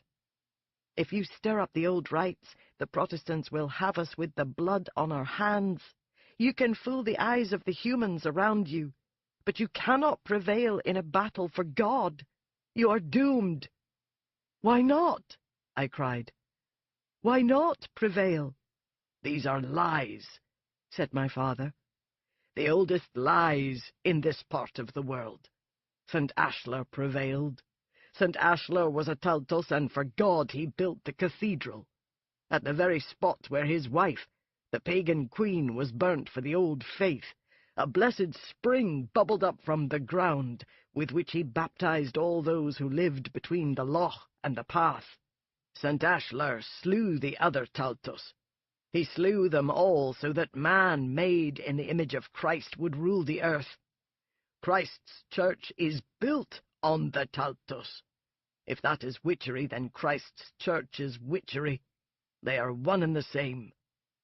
"Aye, he slew them," cried Amaleth, "in the name of one God instead of another. He led the massacre of his own to save himself from it. He joined in the fear and hatred and the disgust. He slew his clan to save himself. Even his wife he sacrificed. This is your great saint, a monster who deceived those around him so that he might lead and glut himself with glory and not die with his own breed." "For the love of God, child," said my father to me, "this is our miracle now. It comes once in so many 100 years." My sister turned to glare at me, even as he pulled her back. And I saw them together, looking at me, and I saw them as humans, and how alike they were. "Wait," I said softly, so softly that it might as well have been a wild cry. "I see clearly," I said. "All of us are born with a chance before God. The word Taltos means nothing in itself. I am flesh and blood. I am baptized. I have received holy orders. I have a soul. Physical monstrosity, that does not keep me out of heaven. It is what I do. We are not predestined, as the Lutherans and the Calvinists would have us believe." "No one here argues with this, brother," said Amaleth. "Then let me lead the people, Amaleth," I said. "Let me prove by good works that I do indeed have the grace of God in me. I am not an evil thing because I will not be an evil thing. When I have done wrong to others, it was in error. If I was born, as you say, and I know now it is true, then perhaps there was a purpose, that the power of my wretched mother should be broken, and that I should overturn my sister and put Mary Stuart on the throne. Born knowing! You are born the dupe of those who hold you prisoner. That is what the Taltos has always been. Find the Taltos, "Make the Taltos," she cried mockingly. "Breed it for the fire of the gods, that the rain shall fall and the crops grow." "That is old now and does not matter," said my father. "Our Lord Jesus Christ is the Jack of the Green. He is our God, and the Taltos is not our sacrifice but our saint. The Blessed Mother is our Huldah. When the drunken men of the village don the skins and horns of animals, it is to walk in the procession to the manger, not to cavort as of old. We are one with old spirits and the one true God. We are at peace with all of nature, because we have made the Taltos into St. Ashlar, and in this valley we have known safety and prosperity for 1,000 years. Think on it, daughter, 1,000 years. The little people fear us. They do not trouble us. We leave out the milk at night in offering, and they dare not take more than what we leave." "It's coming to an end," she said. "Get out, Ashlar, lest you give the Protestants exactly what they need. The witches of this valley will know you. They will know your scent. Go while there is time, and live out your life in Italy where no one knows what you are." "I have a soul within me, sister," I said. I raised my voice as much as I dared. "Sister, trust in me. I can rally the people. I can at least keep us safe." She shook her head. She turned her back. "Can you do it?" cried my father to her, accusing her. "Can you, with your magic spells and evil books and sickening incantations? Can you make anything happen in the world at large? Our world is about to perish. What can you do? Ashlar, listen to me. We are a small valley, a small glen, only one tiny part of the North Country. But we have endured, and we would live on, and that is all the world is, finally. Small valleys, groups of people who pray and work and love together as we do. Save us, son. I implore you. Call upon the God you believe in to help you. And what you were, and what your father and mother did, these things do not matter one whit." "No Protestant or Catholic can prove anything against me," I said softly. "Sister, would you tell them what you know?"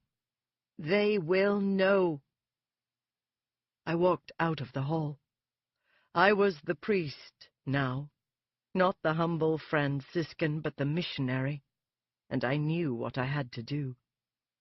I went through the castle yard and over the bridge and down the snowy path towards the church.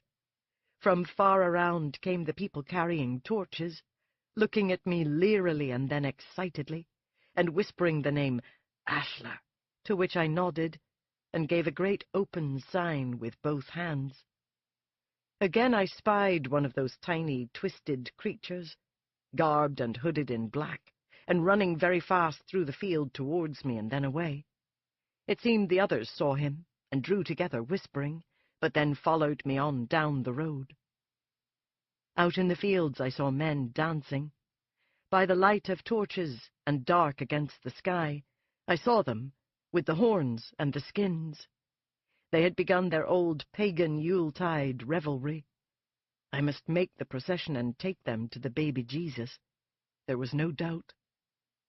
By the time I reached the gates of the town, there was a multitude. I went to the cathedral and bade them wait. I went into the sacristy, where 2 elderly priests stood together, looking at me fearfully. "Give me robes, give me vestments," said I. "I would bring the valley together. I must at least have my cassock to begin, and a white surplice. Do as I say." At once they hurried to help me dress. Several young acolytes appeared, and put on their surplices and their gowns. "Come on, fathers," I said to the frightened priests. "See, the boys are braver than you are. What is the hour? We must make the procession. The Mass must be said at the stroke of 12. Protestant, Catholic, pagan. I cannot save them all, nor bring them together. but I can bring Christ down upon the altar in the transubstantiation, and Christ will be born tonight in this valley, as he has always been." I stepped out of the sacristy, and to the crowd I raised my voice. "Prepare for the Christmas procession," I declared. "Who would be Joseph? And who would be our Blessed Mother? And what child have we in this village that I may place in the manger before I step to the altar of God to say the Mass? Let the Holy Family be flesh and blood tonight. Let them be of the valley. And all of you who would take the shape and skins of animals, walk in the procession to the manger, and kneel there as did the ox and the lamb and donkey before the little Christ. Come forward, my faithful ones. It is almost time." Everywhere I saw rapt faces. I saw the grace of God in every expression, and only a glimpse of a small, deformed woman peering at me from beneath a heavy wrap of coarse cloth. I saw her bright eye, I saw her toothless smile, and then she had vanished, and the crowd closed around her, as if among the press of the tall ones she had gone unseen. Only a common thing, I thought, and if there be little people, then they are of the devil, and the light of Christ must come and drive them out. I closed my eyes, folded my hands together so that they would make a small church of their own, very narrow and high, and I began in a soft voice to sing the plaintive, beautiful Advent hymn. O come, Emmanuel, and ransom captive Israel, that mourns in lonely exile here until the Son of God appear. Voices joined me, voices and the melancholy sound of flutes, and the tapping of tambourines, and even of soft drums. Rejoice, rejoice, Emmanuel shall come to thee, O Israel. High in the tower the bell began its ringing, too rapid for the devil's knell, but more the clarion to call all the faithful from mountain and valley and shore. There were a few cries of, "The Protestants will hear the bell, they will destroy us," but more and lustier cries of, "Ashlar, St. Ashlar, Father Ashlar, it is our saint returned." "Let the devil's knell be sounded," I declared. "Drive the witches and the evil ones from the valley. Drive out the Protestants, for surely they will hear the devil's knell too." There were cheers of approbation. And then 1,000 voices were raised in the Advent hymn, and I retired into the sacristy to put on my full raiment, my Christmas chasuble and vestments of bright green gold, for the town had them. Yes, the town had them, as beautiful and embroidered and rich as any I had ever seen in wealthy Florence, and I was soon dressed as a priest should be, in the finest linen and gold-threaded robes. The other priests dressed hastily. The acolytes ran to distribute the blessed candles for the procession, and from all the country round, I was told, the faithful were coming, and the faithful, who had been afraid to do it before, were bringing the Christmas greens. "Father," I said my prayer, "if I die this night, into thy hands I commend my spirit." It was nearly midnight, but still too soon to go out, and as I stood there, deep in prayer, seeking to fortify myself, calling on Francis to give me courage, I looked up and saw that my sister had come to the door of the sacristy, in a dark green hood and cloak, and was motioning for me with one thin white hand to come into the adjacent room. This was a dark-panelled chamber, with heavy oak furnishings and shelves of books built into the walls. A place for a priest to hold conferences in quiet, perhaps, or a study. Not a room I had seen before. I saw Latin texts, which I knew. I saw the statue of our founder, St. Francis, and my heart was filled with happiness, though no plaster or marble Francis had ever been the radiant being I saw in my mind's eye. My soul was quiet. I didn't want to talk to my sister. I wanted only to pray. The scent made me restless. She led me inside. Several candles burnt along the wall. Nothing was visible through the tiny diamond-paned windows except the snow falling, and I was stunned to see the Dutchman from Amsterdam seated at the table and motioning for me to sit down. He had taken off his clumsy Dutch hat and looked at me eagerly as I took the opposite chair. The strange, enticing scent came strongly from my sister, and once again it made me hunger for something, but I did not know for what. If it was an erotic hunger, I did not intend to find out. I was fully dressed for high mass. I seated myself carefully and folded my hands on the table. "What is it you want?" I looked from my sister to the Dutchman. "Do you come to go to confession, so that you can receive the body and blood of Christ tonight?" "Save yourself," said my sister. "Leave now, and forsake these good people and this cause? You are mad." "Listen to me, Ashla," said the man from Amsterdam. "I'm offering you my protection again. I can take you from the valley tonight, secretly. Let the cowardly priests here gather their courage on their own." "Into a Protestant country? For what?" It was my sister who answered. "Ashlar, in the dim days of legends before the Romans and the Picts came to this land, your breed lived on an island, naked and mad as apes of the wild, born knowing, yes, but knowing at birth all that they would ever know. At first the Romans sought to breed with them, as had others, for if they could father sons who grew to manhood within hours, what a powerful people they would become. But they could not breed the Taltos, save once in 1,000 times, and as the women died from the seed of the Taltos males, and the Taltos females led the men to endless and fruitless licentiousness, it was decided that they must wipe the Taltos from the earth. But in the islands and in the highlands the breed survived, for it could multiply like rats. And finally, when the Christian faith was brought to this country, when the Irish monks came in the name of St. Patrick, it was Ashlar, the leader of the Taltos, who knelt to the image of the crucified Christ and declared that all his kind should be murdered, for they had no souls. There was a reason behind it, Ashlar, for he knew that if the Taltos really learnt the ways of civilization, in their childishness and idiocy and penchant to breed, they could never be stopped. Ashlar was no longer of his people. He was of the Christians. He'd been to Rome. He had spoken to Gregory the Great. So he condemned his fellow Taltos. He turned on them. The people made it a ritual, an offering, as cruel a pagan slaughter as ever was known.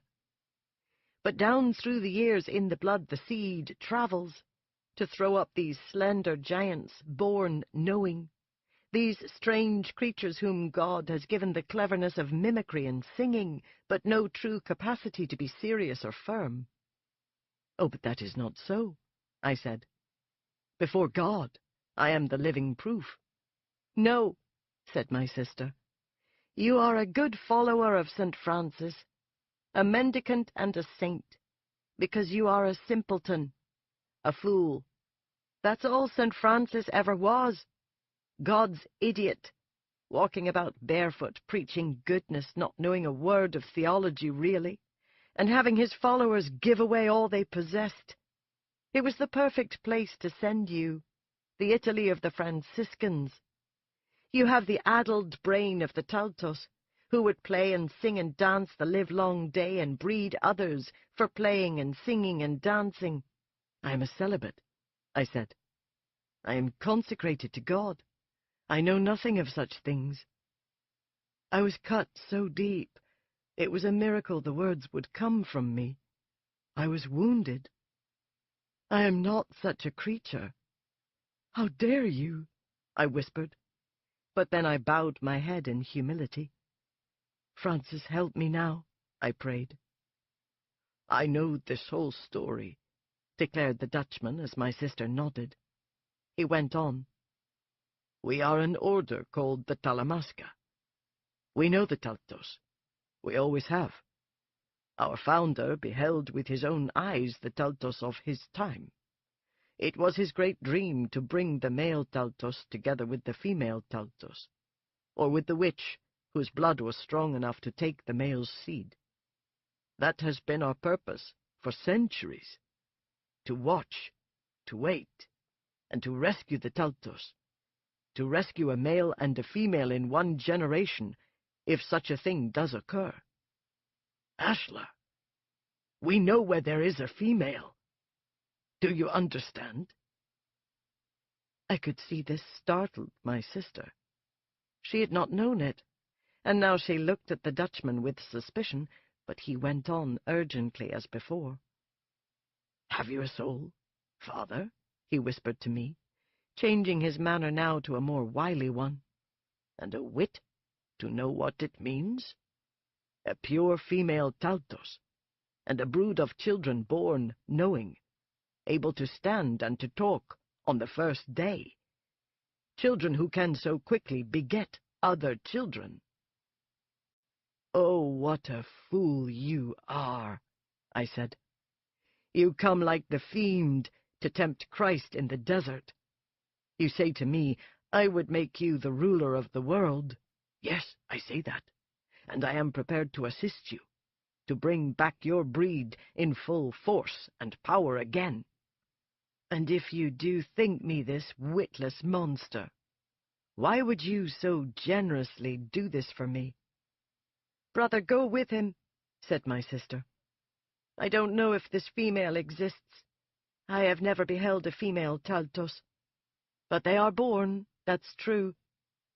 If you don't go, you will die tonight. You have heard tell of the little people. Do you know what they are?" I didn't answer.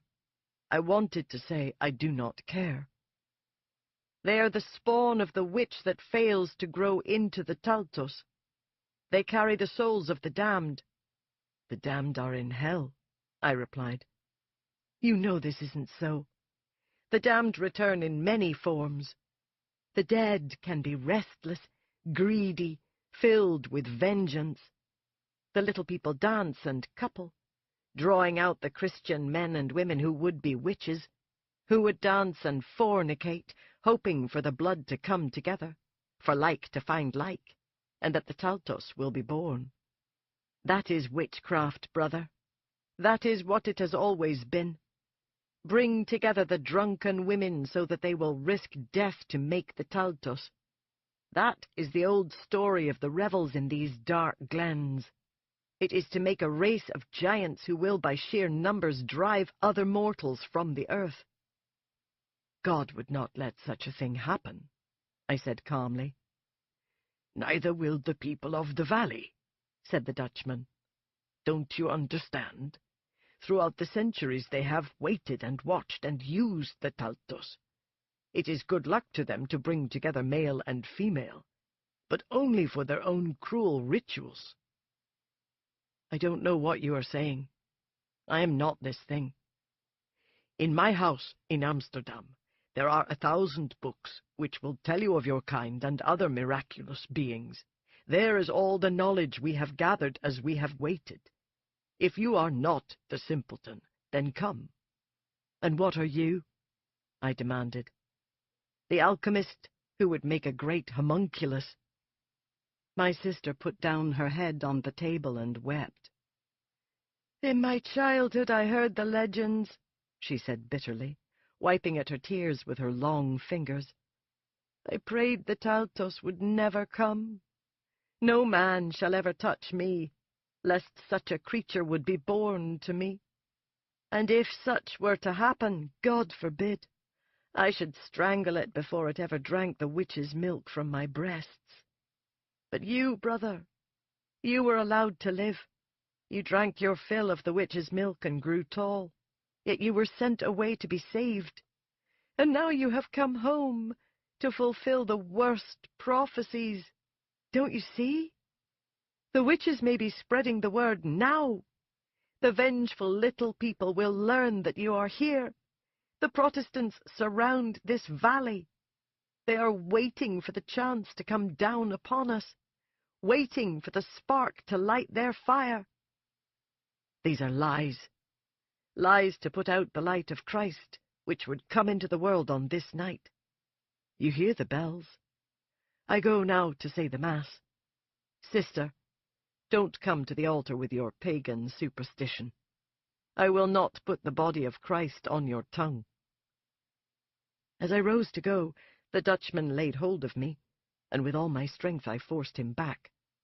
I am a priest of God, I said, a follower of St. Francis of Assisi. I have come to say the Christmas Mass in this valley. I am Ashlar, and I stand on the right hand of God. Without stopping, I went to the cathedral doors. Great cheers sounded from the multitude as I opened the church. My head was swimming with their disconnected phrases, threats, suspicions. That it was all demonology, of that I was sure. I went out amongst the townspeople, raising my hand in blessing, in nomine Patris, et Filii, et Spiritus Sancti. Amen. A beautiful young girl had come forward to be the Blessed Virgin Mary in our pageant, her hair covered by a blue veil, and a rosy-cheeked boy to be Joseph, who'd only just got his beard and had to darken it with kohl, and then an infant, born only a few days ago, tiny and pink and beautiful, was placed in my arms. I saw the men in their animal skins gathering, lighted candles in their hands. Indeed, the entire valley was ablaze with lighted candles. All the town was filled with lighted candles, and the great beautiful church behind us would soon receive this light. For a split second again, I did see one of those small beings, hump-backed, heavily clothed, but it seemed no monster, only the common dwarfs one saw in the streets of Florence, or so I told myself again. And it was natural for the people to give it wide berth, and to gasp as it fled, for such things frequently frighten the ignorant. They cannot be blamed. The bell began to chime the hour of midnight. It was Christmas. Christ had come. The bagpipers came into the church in their full tartan skirts. The little children came in their white as angels, and all the people, rich, poor, ragged, or well-dressed, crowded through the doors. Our voices rose again in the anthem, Christ is born, Christ is born. Once more I heard the tambourines and the pipes playing, and the beat of the drums. The rhythm caught me and made my vision blur, but I walked on, my eyes upon the radiant altar and the manger of hay, which had been made to the right of it, before the marble communion rail. The infant in my arms gave strong little cries, as if it too would announce the glad tidings, and kicked its sturdy, beautiful little legs as I held it high. I had never been such a child. I had never been such a miracle. I was something ancient and forgotten, perhaps, and worshipped in the time of darkness. But that did not matter now. Surely God saw me. Surely God knew my love for him, my love for his people, my love for the child Jesus born in Bethlehem, and all who would speak his name. Surely St. Francis looked down on me, his faithful follower, his child. At last I had reached the broad sanctuary, and I went down in genuflection and laid the little infant in the bed of hay. Linen had been prepared for it. It cried very hard to be so abandoned, poor little Christ, and my eyes filled with tears to behold its common perfection, its ordinary symmetry, the natural brilliance of its eyes and voice. I stepped back. The Virgin Mary had knelt beside the little miracle, and to the right of the small crib knelt her young St. Joseph, and shepherds came now, our own shepherds of Dunlaith, with their warm sheep over their shoulders, and the cow and ox were led to the manger. The singing grew louder and ever more beautiful and blended, with the drums beneath it and the pipes. I stood there swaying. My eyes misted. I realized in my sadness, as I sank deep into the music, almost irretrievably into it, that I had not seen my saint. I had not thought to glance at the window when I came down the center aisle. But it did not matter. He was nothing but glass and history. I would now make the living Christ. My altar boys were ready.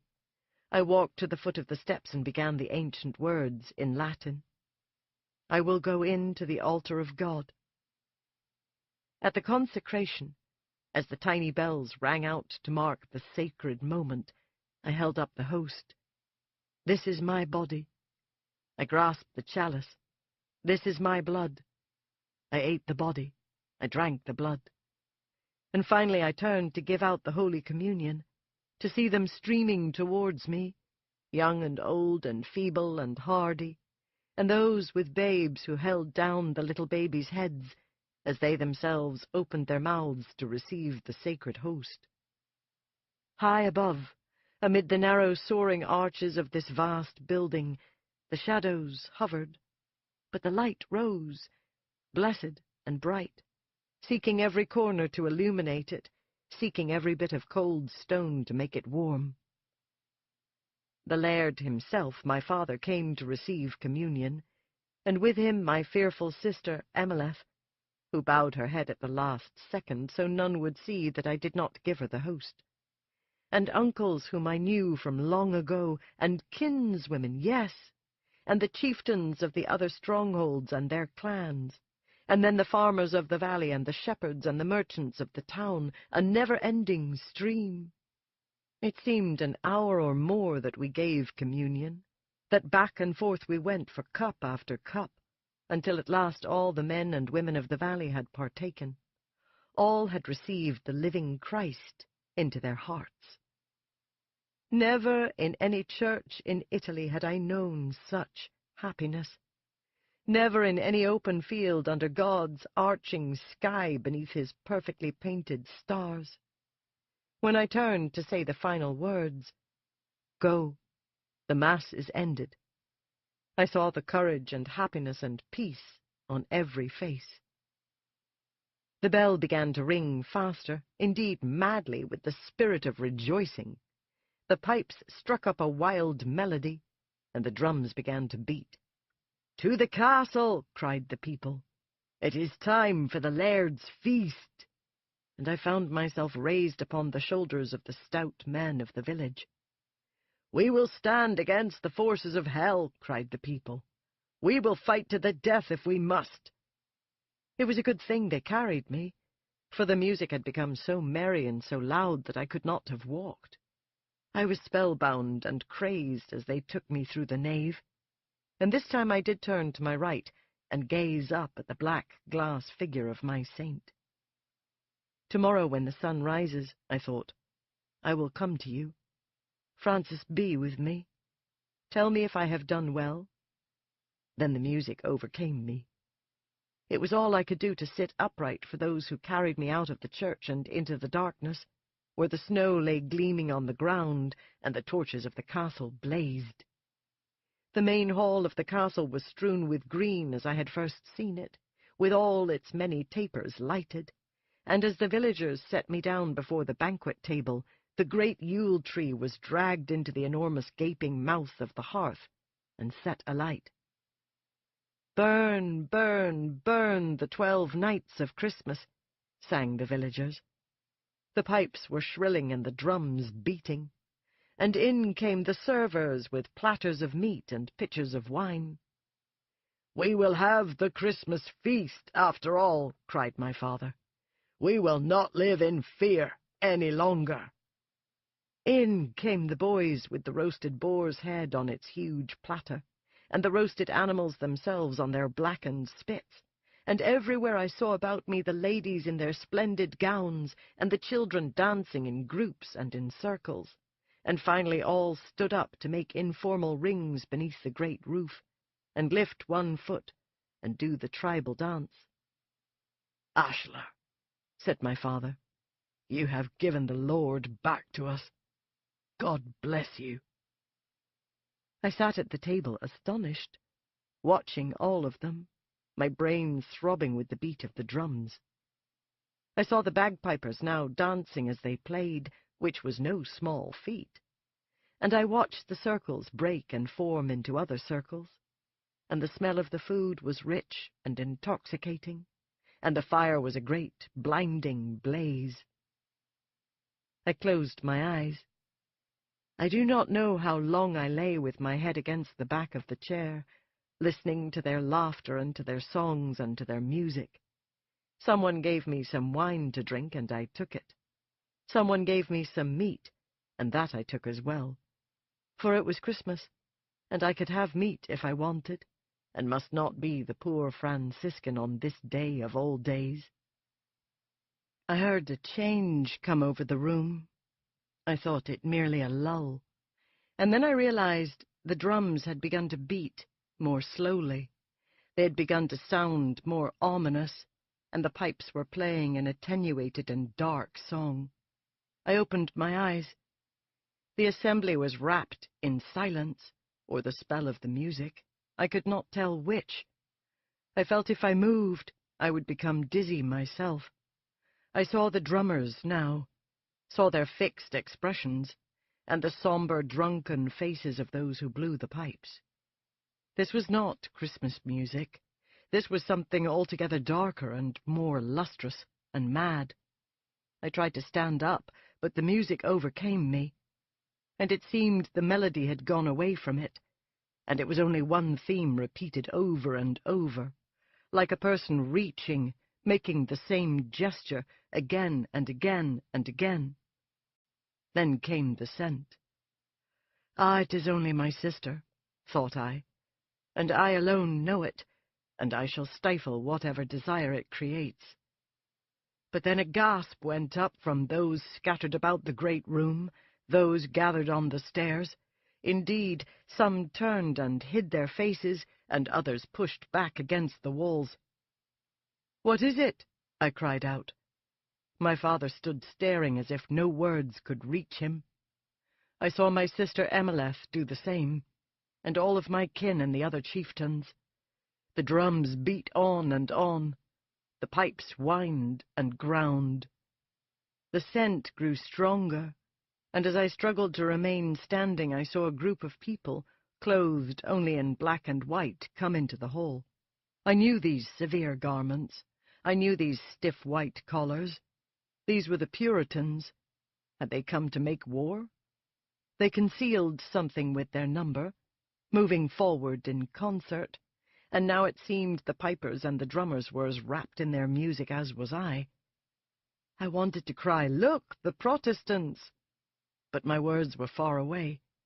The scent grew stronger and stronger, and at last the gathering of people in black broke open, and in the circle stood a small bent and dwarfish female with a great smiling mouth and a hump upon her back and burning eyes. "Taltos! Taltos! Taltos!" she screamed, and came towards me, and I knew the scent was coming from her. I saw my sister plunge towards me, but then my father caught her and forced her down to the ground. He held her, struggling on her knees. One of the little people, bitter, fiery of eye. "Aye, but we shall make giants together, my tall brother, my spouse," she cried, and opening her arms she opened as well the tatters of her ragged gown. I saw her breasts, huge and inviting, hanging down upon her small belly. The smell was in my nostrils, in my head, and as she stepped up onto the table before me it seemed she grew tall and beautiful in my eyes, a woman of grace and slender limbs, and long white fingers reaching out to caress my face. Pure female, of your own ilk. "No, Ashler!" cried my sister, and I saw the downward movement of my father's fist, and heard her body fall to the stone floor. The woman before me was beaming, and as I watched, her golden red hair grew longer and longer, coming down her naked back and down between her breasts. She lifted this veil now and revealed herself to me, cupping her breasts in both hands, and then dropping her hands, she opened the secret lips of the pink, wet mouth between her legs. I knew no reason, only passion, only the music, only the spell-binding beauty. I'd been lifted to the table, and she lay down beneath me, and I was lifted over her. "Taltos, taltos, taltos, make the taltos." The drums beat louder and louder as if there were no limit to the volume. The pipes had become one long drone, and there, beneath me, in the golden hair between her legs, was the mouth, smiling at me, smiling as though it could speak. It was moist and tender and glowing with the fluid of a woman, and I wanted it, I could smell it, I needed it. I had to have it. I drew out my organ and drove it into the nether crack and thrust again and again. It was the ecstasy of nursing from my mother. It was my whores in Florence, the ring of their laughter, the soft squeeze of their plump breasts. It was the hairy secrets beneath their skirts. It was a blaze of flesh, tightening on me and drawing out of me cries of ecstasy. But it would not be finished. On and on it went, and to have lived a lifetime with so little of it, I had been a fool, a fool, a fool. The boards were rattling and booming with our love-making. Cups had fallen to the floor. It seemed the heat of the fire was consuming us. The sweat was pouring out of me. And beneath me, on the hard slats of wood, in the spilt wine and the scraps of meat and the torn linen, lay not the beautiful woman of shimmering red hair, but the tiny dwarfed hag with her hideous grin. "Oh, God! I do not care! I do not care! Give it to me!" I all but screamed in my passion. On and on it went until there was no memory any more of reason or purpose or thought. In a daze I realized I had been dragged from the dwarfish woman, and that she was undulating on the boards before me, and that something was coming out of that secret wet place where I had put my seed. "No, I don't want to see it! Stop it!" I screamed. "Oh, God, forgive me!" But the whole hall rang with laughter, wild laughter vying with the drums and with the pipes to make a din against which I had to cover my ears. I think I bellowed like a beast, but I could not hear myself. Out of the loins of the hag came the new Taltos, came its long, slithering arms, lengthening as they reached out, thin and groping, and fingers growing longer as they walked upon the boards, and at last its head, its narrow, slippery head, as even the mother cried in her agony, and it was born knowing. It was born pushing itself free from the dripping egg within the womb, and looking with knowing eyes at me. Out of her body it slithered, growing taller and taller, its eyes brilliant, its mouth open, its flawless skin gleaming as perfect as that of any human babe. And it fell upon its mother as I had once done, and began to drink from her, first draining one breast and then the other. And then it stood up, and all around the people cheered and roared. "Taltos, Taltos, make another! Make a woman! Make Taltos until the sun rises!" "No! Stop this!" I cried. But this new-born horror, this baffled child, this strange, wavering giant, had covered the hag of a woman and was now raping her as surely as I had done. And another hag had been brought to me and placed before me, and I was being forced down upon her, and my organ knew her and knew what it wanted and knew the smell. Where were my saints? It seemed the people in the hall were stamping and singing, chanting now with the drums. All were one voice, monotonous and low and incessant. And when I was pulled back, my eyes rolled and I could not see. The wine was splashed in my face. A child was being born to this new woman who had been given me, and once again the people cried, "Taltos, Taltos, Taltos!" And finally, "It is a woman! We have them both!" The hall went wild with lusty cries. Once more the people were dancing, but not in circles, but arm in arm, and jumping up onto the boards and onto the chairs and rushing up the steps, merely to jump in the air. I saw the laird's face, full of wrath and horror, his head shaking as he cried out to me, but his words were lost. "Make them till Christmas morning," cried the people. "Make them and burn them!" And as I struggled to my knees, I saw them take the firstborn, the boy, who was now as tall as his father, and throw him into the Christmas fire. "Stop it! Stop this, in the name of God!" No one could hear me. I could not hear myself. I could not hear him scream, though I knew that he did. I saw the anguish in his smooth face. I went down on my knees and bowed my head. God help us. It is witchcraft. Stop it. Oh God, help us. They have bred us for sacrifice. We are the lambs. Oh God, please, no more to die. The crowd was roaring, swaying, humming in the mighty and endless drone. Then suddenly screams broke the air, more loud and numerous than my own, impossible for them not to hear. Soldiers had forced the doors. Hundreds streamed into the hall. For every man in armor with a shield and sword there came a shepherd or a ploughman with a pitchfork or a crude ploughshare in his hand. "Witches! Witches! Witches!" screamed the attackers. I rose to my feet and cried out for silence. Heads were being lopped from bodies. Those who were stabbed were screaming for mercy. Men fought to protect their women, and not even the little children were being spared. The assailants laid hold of me. I was carried out of the hall, and with me the other monsters, new-born, and the hags from which they had come. The cold night opened up, and it seemed the screams and war-cries echoed off the mountains. "Dear God, help us, I cried. "Help us! This is evil, this is wrong. This is not your justice. No, punish those who are guilty, but not all. Dear God!" My body was flung on the stone floor of the cathedral, and I was dragged up the aisle. All around me I heard the great windows bursting. I saw flames. I began to choke on the black smoke, but my body was being scraped as I was dragged. I saw in the far distance the hay of the manger explode.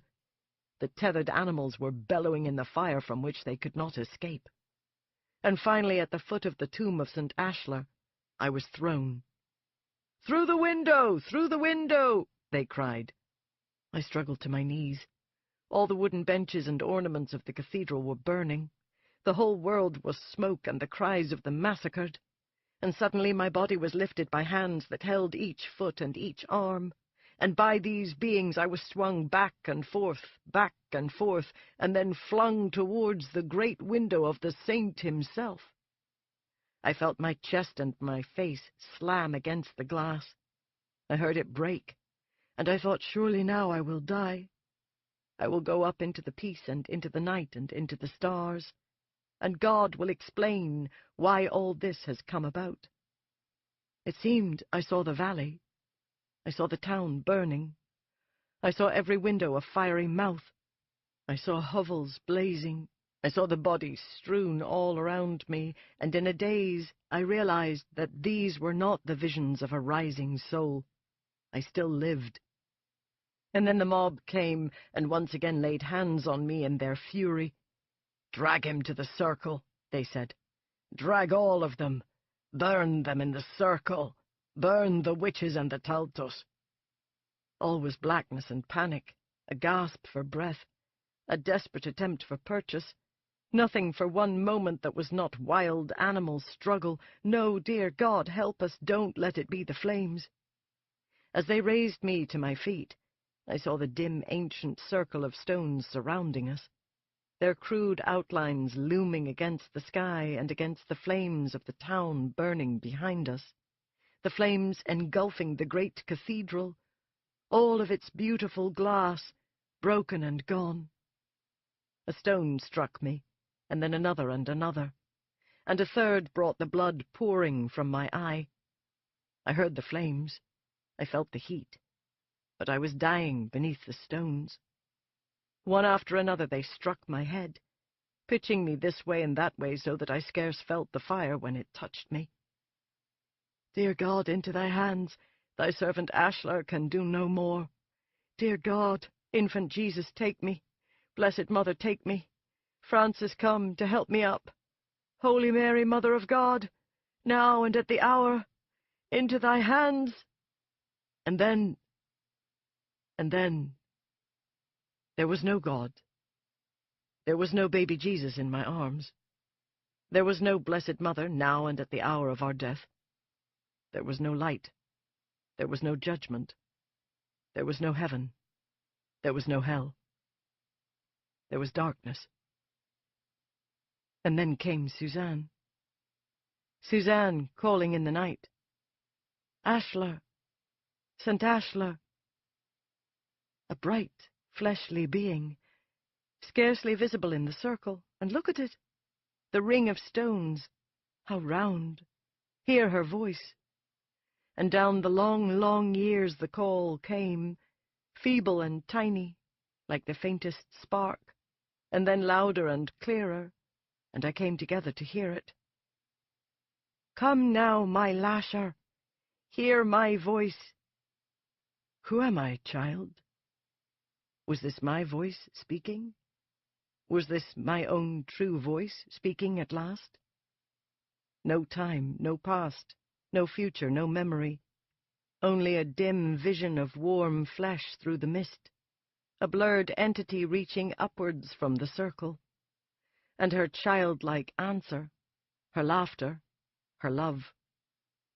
My Lasher, that's who you are. You are my avenger. My Lasher, come.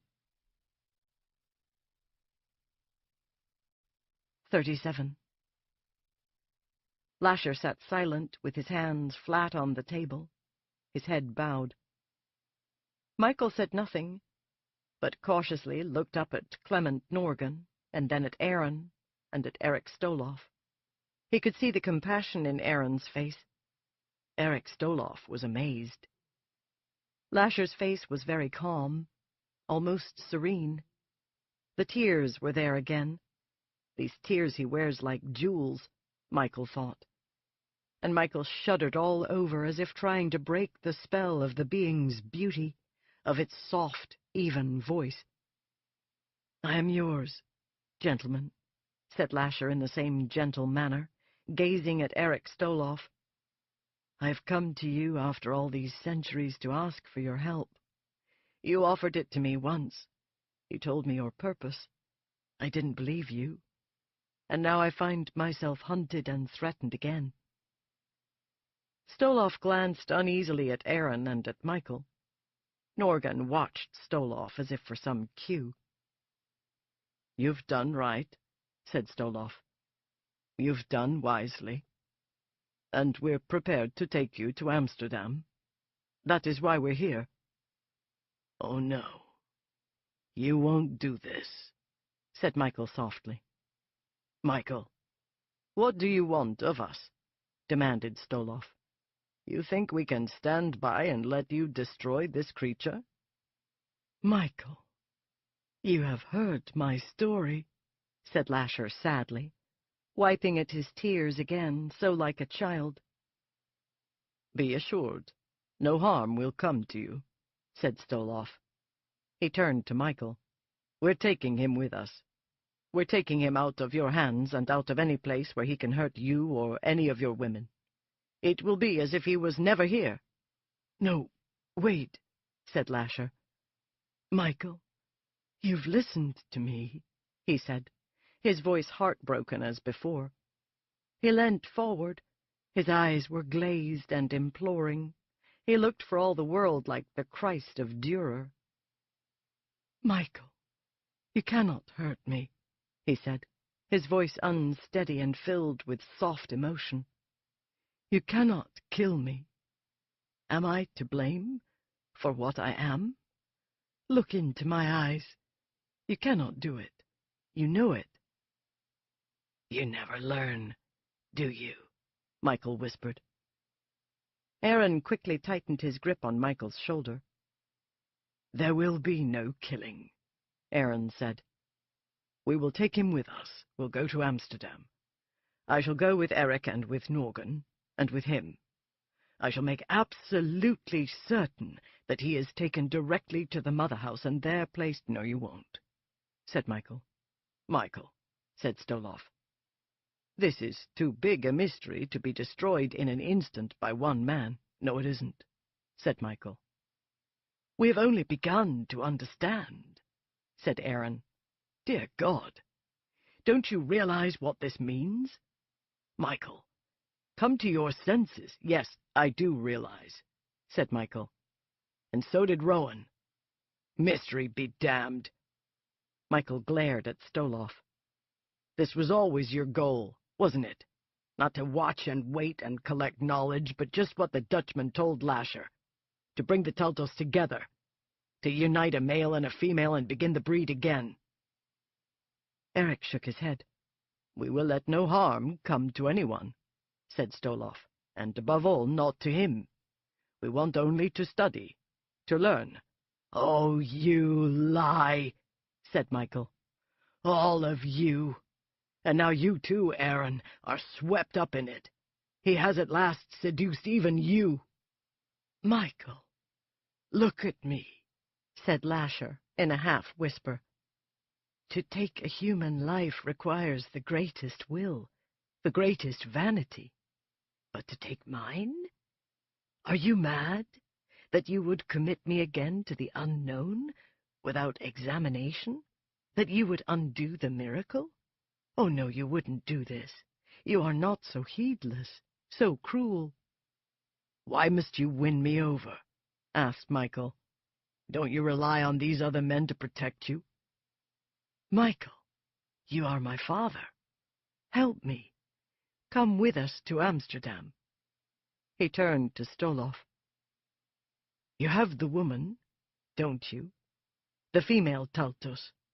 In all my attempts, I failed. But you have it." Stoloff said nothing, but held his gaze evenly. "No, all that is fancy," said Aaron. "We have no female Taltos. We have no such secrets. But we will give you shelter, don't you see? We will provide a sanctuary in which you can be questioned and write out the tale you've told us, and in which we will aid you in any way that we can." Lasher gave a small smile to Aaron, and again he glanced at Stoloff. He took another careless swipe at his tears with his long, graceful hand. Michael did not take his eyes off the creature. "Aaron, they killed Dr. Larkin," said Michael. "They killed Dr. Flanagan in San Francisco. They would destroy any obstacle. They want the Teltos, and it is as the Dutchman told Ashler 500 years ago. You've been their dupe, and so have I. You knew it when we came into this room. I can't believe it. I can't." "Stoloff, talk to me," said Aaron. "Norgan, go, call Yuri. Yuri is with Mona at the other house. Call there. He must come." Norgan didn't move. Slowly, Stoloff rose to his feet. "Michael," said Stoloff, "this will be difficult for you. You want vengeance. You want to destroy." "You're not taking him, friend," Michael answered. "Don't try it." "Be still. Wait for Yuri," said Aaron. "Why? So that I'll be further outnumbered? Have you forgotten the poem I gave you?" "What poem?" asked Lasher, wide-eyed in his curiosity. "You know a poem? Will you say the poem for me? I love poems. I love to hear them. Rowan said them so well." "I know 1,000 poems," said Michael. "But you listen to this stanza and understand.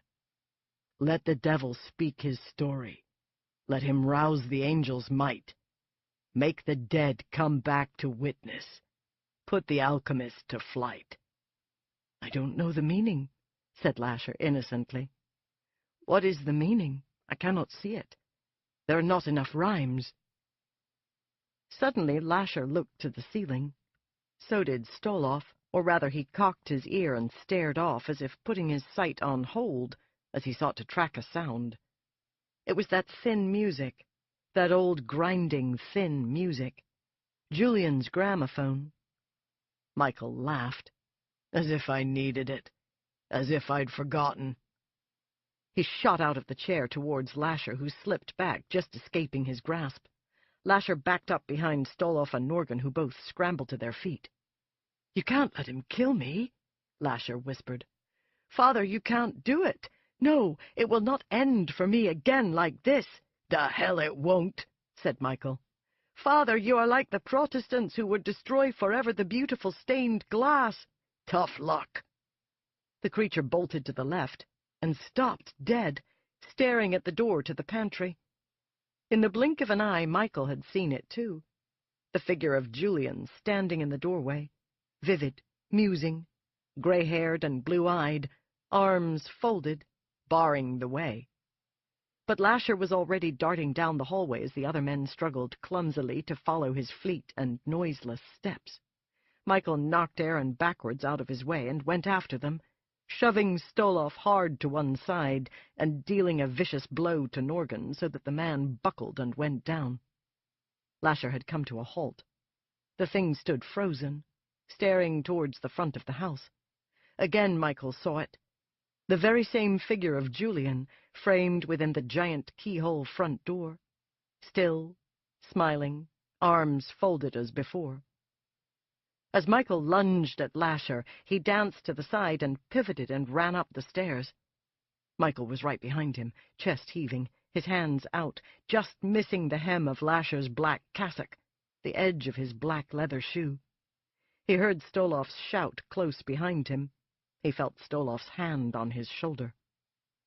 There at the top of the stairs across the landing, blocking the door to the rear of the house, stood Julian once more, and Lasher, seeing him, backed up, almost falling, then ran down the second-floor hall and thundered up the next flight of stairs to the third floor. "Let me go!" Michael roared, shoving at Stoloff. "No! You are not going to kill him! You will not!" Michael spun round, left arm rising in the proverbial hook, knuckles connecting with the man's chin and sending him out and over backwards down the entire length of the steep stairs. For 1 second he stared in horrible regret at the figure of Stoloff, twisted, smashing to the floor. But Lasher had reached a haven, the third-floor bedroom, and Michael could hear him sliding the bolt. Rushing up after him, Michael slammed his fists against the door. He barged into it with his shoulder once, twice, and then stood back and kicked hard against the wood, splintering it from the lock. The music was playing thinly from the little gramophone. The window to the porch roof was open. "No, Michael, for the love of God, no, don't do this to me," whispered Lasher. "What have I done but try to live?" "You killed my child. That's what you did," said Michael. "You left my wife on the brink of death. You took the living flesh of my child and subjugated it to your will, your dark will. That's what you did. And you killed my wife. You destroyed her, like you destroyed her mother and her mother's mother and all those women all the way back. Kill you? I will kill you with pleasure. For St. Francis I will kill you. For St. Michael, for the Blessed Virgin, and for the Christ child you so love." Michael's right fist drove into Lasher's face. Lasher caught the blow, staggering to the side and dancing around in a great circle suddenly, the blood pouring from his nose. "God, no, don't do it, don't do it." "You wanted to be flesh? Well, you are flesh, and now you'll know what happens when flesh dies." "But I do know, God, help me!" Lasher shouted.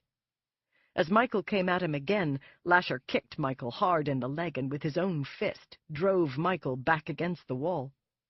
The blow astonished Michael, coming as it had from the long, slender limb which seemed so powerless, and which was obviously not. Michael climbed to his feet, dizzy. Pain again. No, not yet. "Damn you," he said. "Damn you that you have the strength you do. but this time it will not be enough." He swung at the creature, but the creature dodged the blow with another broad, graceful, bowing step. Again the white fist was clenched and smashing against Michael's jaw before he could duck or raise his right arm in defense. "Michael, the hammer!" said Julian. The hammer, on the sill of the open window. The hammer, with which he had searched the house that night, looking for the prowler and finding only Julian in the dark. He dashed for it, grabbed it by the handle, turned it round, and holding it with both hands, rushed at the creature and brought the claw end down into the thing's skull. Through the hair, through the tender skin, through the fontanelle, through the opening that had not closed, the iron claw sank. The creature's mouth formed a perfect oval of amazement. The blood exploded upwards as if from a fount. Lasher's hands flew up as if to stop the flood, then drew back as the blood gushed down into his eyes. Michael wrenched the claw from the wound and brought it down hard again, deeper this time into the creature's brain. A man would have been finished, gone, no reason, but the thing only listed, drifted, staggered, the blood pouring from its head as if from a spout. "Oh, God! Help me!" Lasher cried, the blood flowing down in rivulets past his nostrils into his mouth. "Oh, God in heaven, why? Why?" he wailed. The blood ran down his chin. Like Christ with the crown of thorns, he bled. Michael raised the hammer again. Norgan appeared suddenly, flustered, red-faced, and then rushed at Michael, coming between him and Lasher. Michael brought the hammer down. The man died instantly as the hammer caved in his forehead and sank 3 inches through the bone. Norgan fell forward, hanging from the hammer as Michael jerked it free. Lasher seemed about to fall. He danced, listed, cried softly, the blood still flowing, mingled now with his sleek black hair. He gazed at the window. The window to the porch roof was open. A frail young woman stood there in the darkness on the porch roof, the emerald glinting on a golden chain around her neck. She wore a flowered dress, short at her knees, her dark hair close to her face. She beckoned. "Yes, I'm coming, my darling dear," said the dazed Lasher, falling forward and climbing up and out over the windowsill onto the roof. "My Antha, wait, don't fall." As he rose up to his full height again, he struggled to gain his balance. Michael climbed out on the tarred roof and sprang to his feet. The girl was gone. The night was high and full of the light of the moon. They stood 3 stories above the flags below.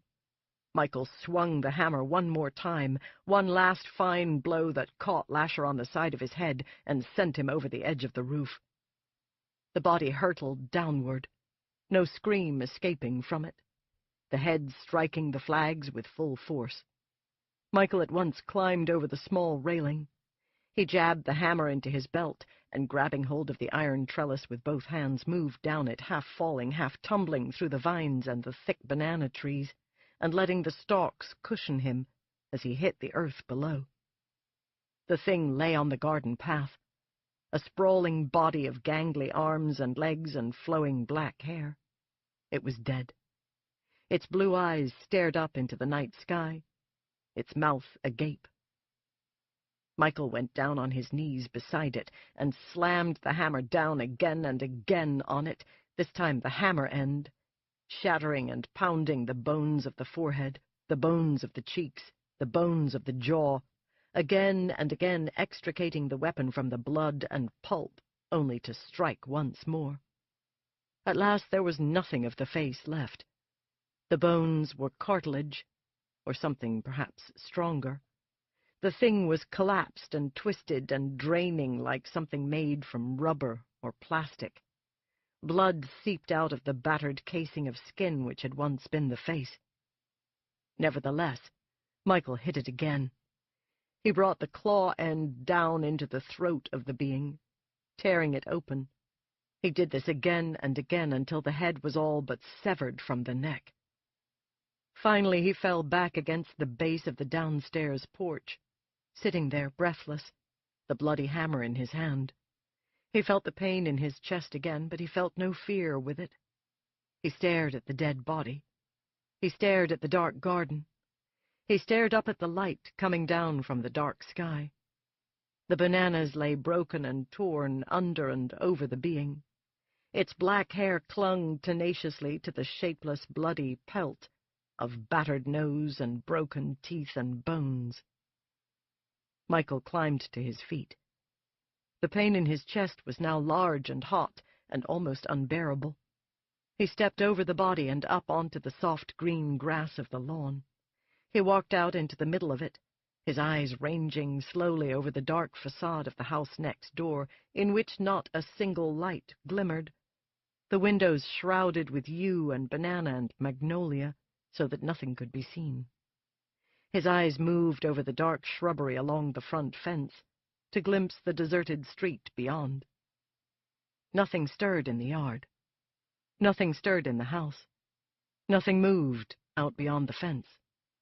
There had been no witnesses. In the deep, soft silence and shadows of the garden district, death had been done again, and no one had noticed. No one would come. No one would call. "What will you do now?" He was shaking all over. His hands were slippery with sweat and with blood. His ankle ached. He'd torn the ligament coming down the trellis, or when he'd fallen the last few feet to the ground. Didn't matter. He could walk. He could move. He could wipe off the hammer. He looked to the back of the dark garden, past the glow of the blue swimming pool, and through the iron gates to the rear yard. He saw the great arms of Deirdre's oak reaching upward, crowding out the pale clouds. "Under the oak," he thought. "When I catch my breath. When I... And he went down on the grass on his knees and collapsed to the side.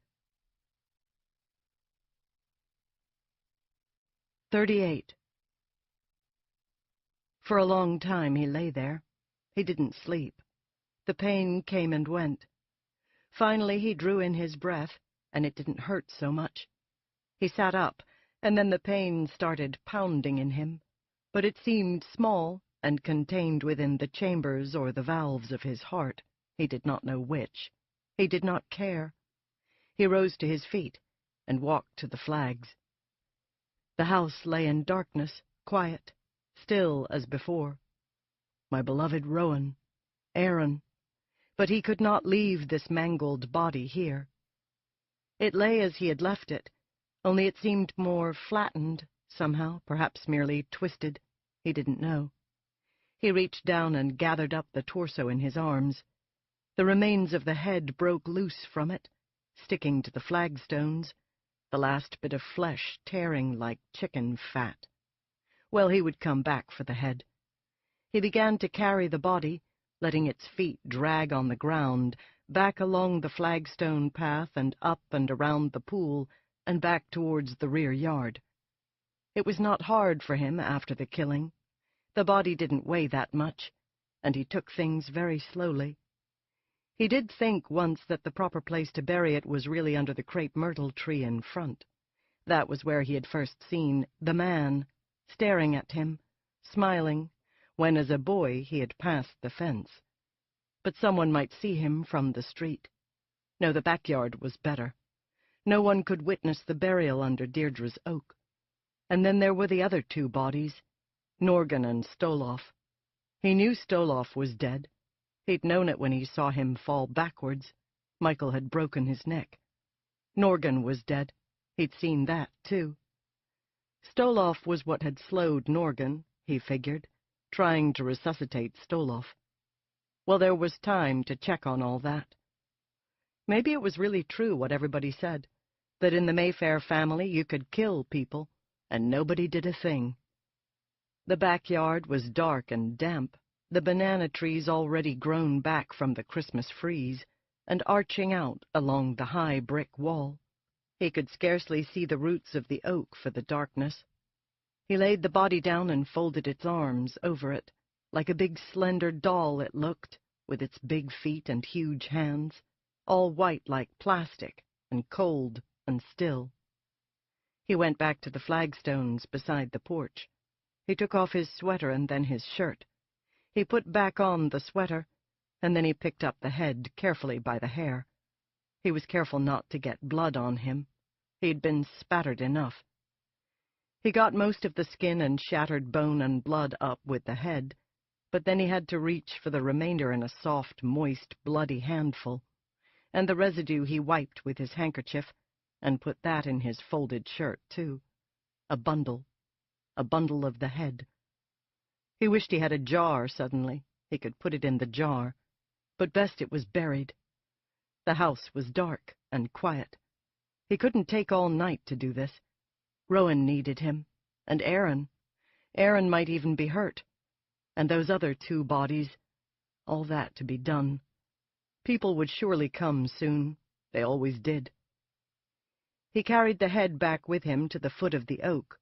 Then he closed and locked the iron gates to the rear yard, just in case one of the cousins came wandering about. The shovel was in the back shed. He had never used it. The gardeners here did that sort of work. And now he was going to bury this body in the pitch dark. The ground was sodden beneath the tree from all the spring rain, and it wasn't hard for him to dig a fairly deep grave. The roots gave him trouble. He had to go out from the base farther than he intended, but finally he had made a narrow, uneven hole, nothing like the rectangular graves of horror films and modern funerals, and he slipped the body down into it, and then the blood-soaked bundle of shirt which contained the head. In the moist heat of the coming summer this thing would rot in no time at all. The rain had already begun. Blessed rain. He looked down into the dark hole. He really couldn't see anything of the body but one limp white hand. It didn't look like a person's hand. Fingers too long, knuckles too big, more like something of wax. He looked up into the dark branches of the trees. The rain was coming all right, but only a few drops had broken through the thick canopy above. The garden was cold and quiet and empty. No lights in the back guest house. Not a sound from the neighbors beyond the wall. Once again he looked down into the crumbling, shapeless grave. The hand was smaller, thinner. It seemed to have become less substantial, fingers tumbling together and fusing so they lost their distinct shape. Hardly a hand at all. Something else gleamed in the dark, a tiny firefly of green light. He dropped down to his knees. He slipped forward on the uneven edge of the hole, left hand pitched out to the other side of the grave to steady himself, as with his right he reached down and groped for that green, sparkling thing. He almost lost his balance, then felt the hard edges of the emerald. He yanked the chain loose from the bloody, tangled cloth. Up out of the darkness it came, nestled in the palm of his muddy hand. "Got you," he whispered, staring at it. It had been around the creature's neck, inside his clothes. He held it, turning it, letting the starlight find it, the jewel of jewels. No great emotion came to him. Nothing. Only a sad, grim satisfaction that he had the Mayfair emerald, that he had snatched it from oblivion, from the covert, unmarked grave of the one who had finally lost. Lost. His vision was blurred, but then it was so divinely dark out here, and so still. He gathered up the gold chain the way you might a rosary and shoved it, jewel and chain, into the pocket of his pants. He closed his eyes. Again he almost lost his balance, almost slipped into the grave. Then the garden appeared to him, glistening and dim. The hand was no longer visible down there at all. Perhaps the tumbling clods of earth had covered it, as they must soon cover all the rest. A sound came from somewhere. A gate closing, perhaps. Someone in the house? But he must hurry, no matter how weary he was and how sluggish and quiet he felt. Hurry. Slowly, for a quarter of an hour or more, he shoveled the moist earth into the hole. Now the rain was whispering around him, lighting up the shiny leaves of the camellias and the stones of the path. He stood over the grave, leaning on the shovel. He said aloud the other verse of Julian's poem. Slay the flesh that is not human. Trust to weapons crude and cruel. For dying on the verge of wisdom, tortured souls may seek the light. Then he slumped down beside the oak and closed his eyes. The pain thudded in him, as if it had waited patiently, and now it had its moment. He couldn't breathe for a minute, but then he rested with all his limbs and his heart and his soul, and his breathing became regular, easy again.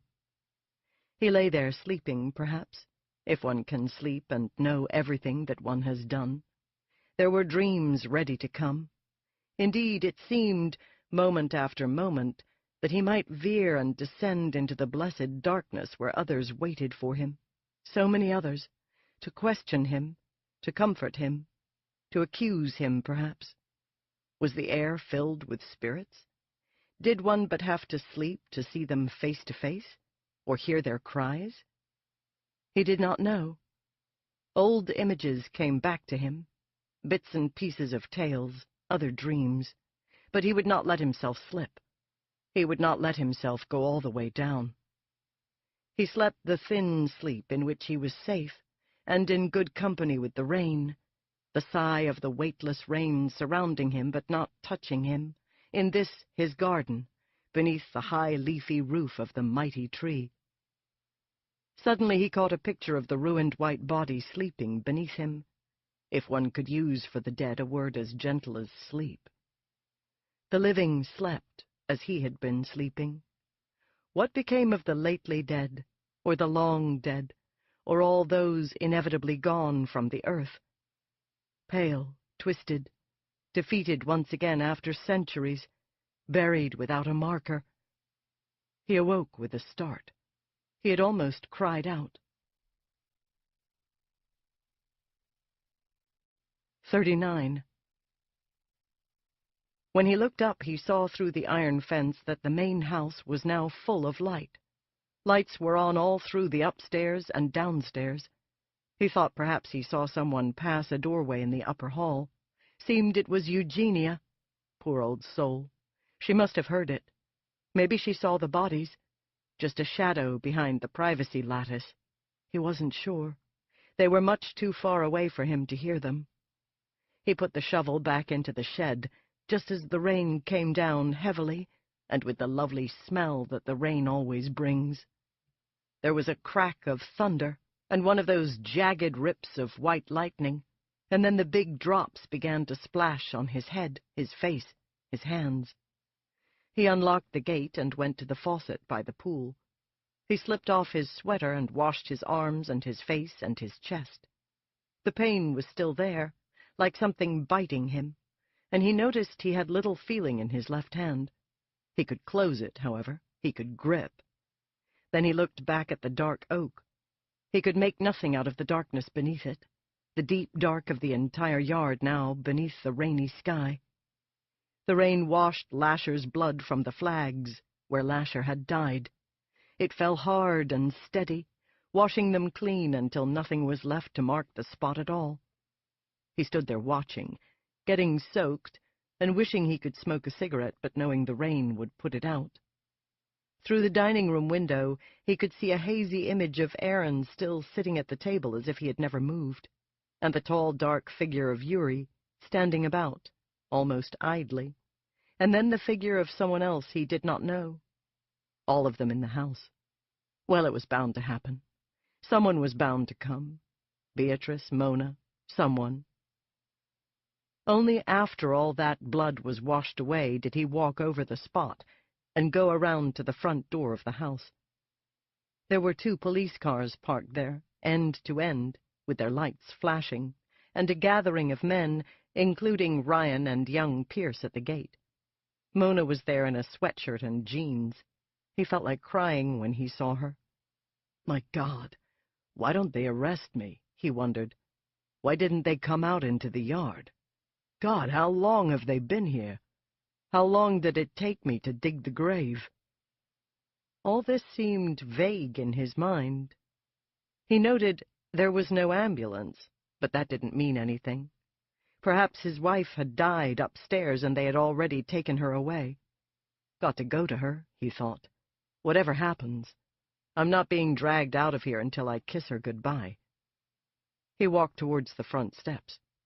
Ryan started speaking to him the moment he saw him. "Michael, thank God you're back. Something really inexcusable happened. It was all a misunderstanding.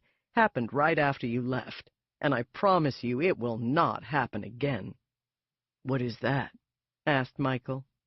Mona stared at him, her face impassive and undeniably beautiful in a lovely, youthful way. Her eyes were so green, it was amazing to him. He thought about what Lasher had said about Jules.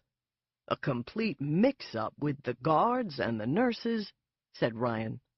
"Everybody unaccountably went home. Even Henri was told to go home. Aaron was the only one here, and he was asleep." Mona made a little negative gesture to him and lifted one of her soft, babyfied little hands. Pretty Mona. "Rowan is all right?" Michael asked. He could not now remember what Ryan had been saying, only that he'd known by Ryan's manner that Rowan wasn't dead. "Yes, she's fine," said Ryan. "She was apparently alone in the house for a while, however, and the door was unlocked. Someone apparently told the guards they weren't needed anymore. Apparently it was a priest from the parish church, but we haven't been able to find the man. We will. Whatever, the nurses were actually told that Rowan was... But Rowan's okay.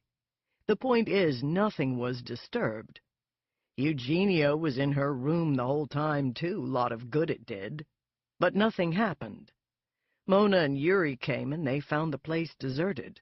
They woke up Aaron. They called me." "I see," said Michael. "We didn't know where you were. Then Aaron remembered that you'd gone off for a long walk. I got here as soon as I could. No harm done, as far as I can tell. Of course, those people have been fired. These are all new people." "Yeah, I understand," said Michael with a little nod. They went up the steps and into the front hall. Everything looked as it should. The red carpet going up the stairway, the oriental rug before the door, a few natural scuff marks here and there as always on the waxed wood. He looked at Mona, who was standing back away from her uncle. The jeans could not have been any tighter. In fact, the whole history of fashion might have been different in the 20th century, Michael thought, if denim hadn't been such a tough fabric, if it hadn't had such a capacity to stretch to a woman's little hips like that. "Nothing was disturbed," said Ryan. "Nothing was missing. We haven't searched the whole house yet, but I'll do it," said Michael. "It's okay." "I've doubled the guards," said Ryan, "and doubled the shift of nurses. No one leaves this property without express permission of a member of the family. You have to be able to know you can take a walk and come back and Rowan is all right." "Yeah," said Michael. "I should go up and see Rowan." Rowan wore a fresh gown of white silk. It had long sleeves and narrow cuffs. She was as she had been when he left her. Same gentle, wondering expression, hands folded before her on a fresh cover of embroidered linen, with a lovely trimming of blue ribbon at the edge. The room smelled clean and full of the scent of the blessed candles, and a huge vase of yellow flowers that stood on the table where the nurses were accustomed to write. "Pretty flowers," said Michael. "Yeah, Bea got 'em," said Pierce. "Whenever anything happens, Bea just gets flowers. But I don't think Rowan had the slightest inkling ever that anything was amiss." No inkling," said Michael. Ryan continued to apologize, continued to aver that this would never happen again. Hamilton Mayfair stepped out of the shadows and gave a little nod of greeting, and then vanished as softly and soundlessly as he had appeared. Beatrice came into the room with a soft, jingling noise. perhaps of bracelets. Michael didn't know. Michael felt her kiss before he saw her, and caught her jasmine perfume. It made him think of the garden in summer. Summer. That wasn't so very far away. The bedroom was shadowy as always, with the candles and only one small lamp.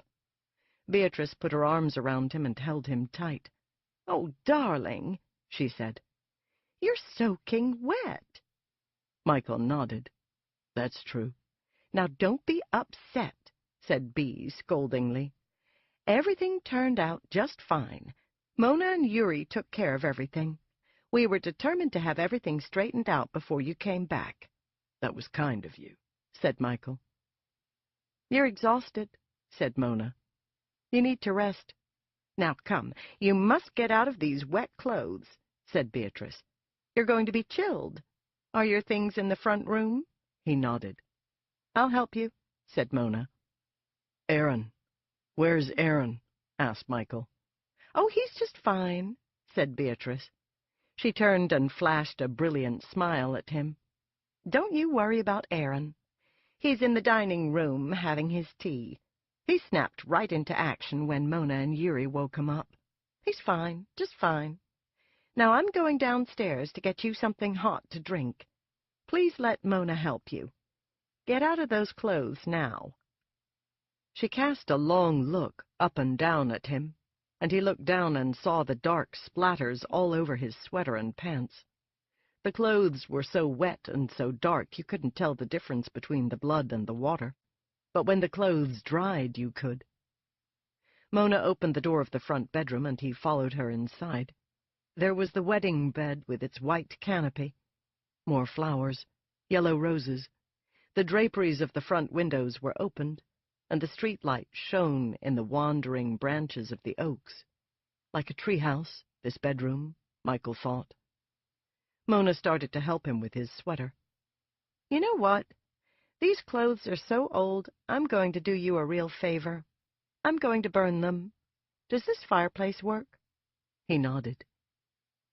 "What did you do with the bodies of the 2 men? "Shh, don't talk so loud," she said, with an immediate sense of immense drama. "Yuri and I took care of that. Don't ask again." She pulled down his zipper. "You know I killed it," he said. She nodded. "Right.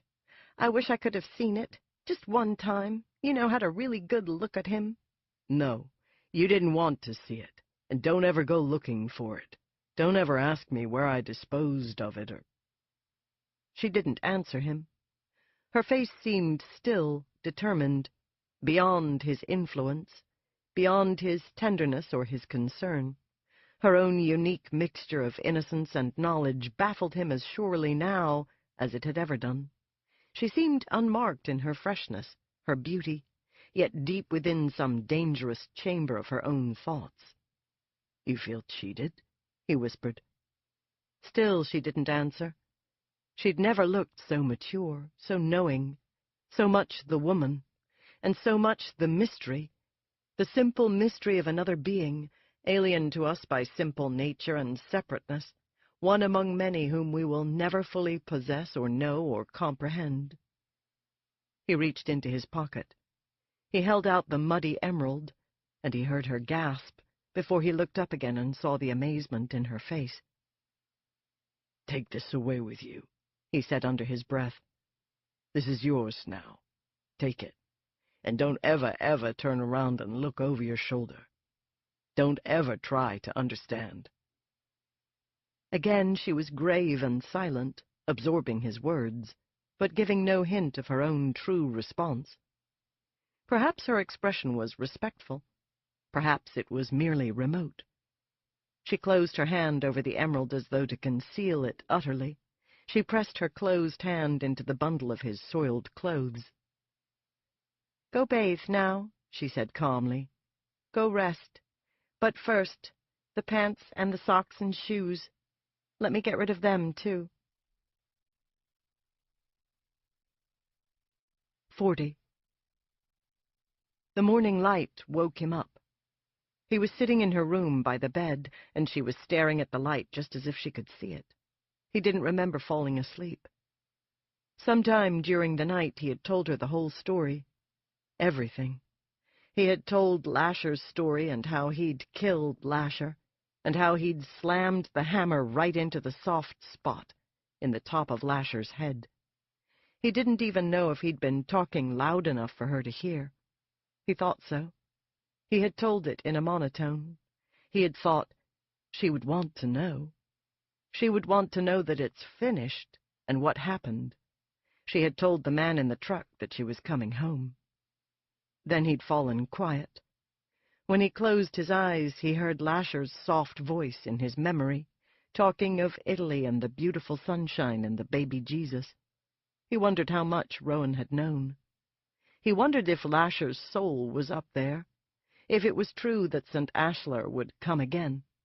Where would it be next time? At Dunlace? Or here in this house? Impossible to know. "I'll be dead and gone by then, that's for certain," he said softly. "It took him a century to come to Suzanne. But I don't think he's here any longer. I think he found the light. I think Julian found it. Maybe Julian helped him find it. Maybe Evelyn's words were true." He said the poem over to her softly, stopping before the last verse. Then he said it. "Crush the babes who are not children. Show no mercy to the pure. Else shall Eden have no springtime. Else shall our kind reign no more." He waited a moment.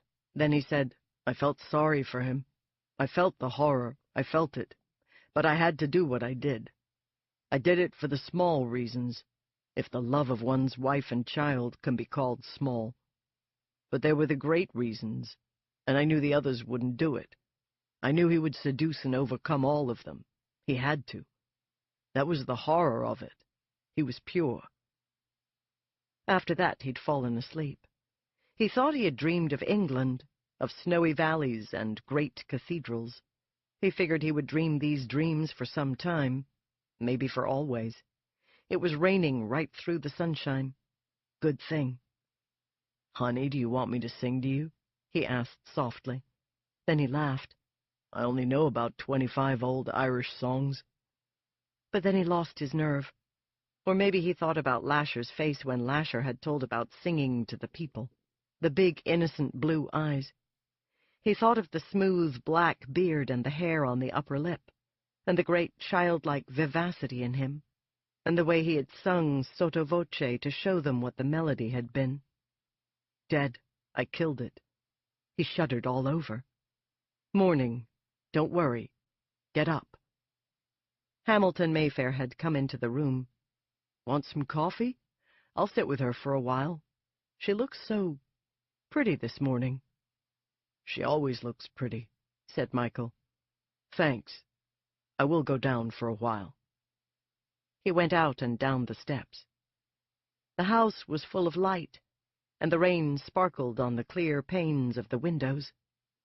He could still smell the fire in the house, which Mona had made last night in the bedroom fireplace when she burnt his clothes.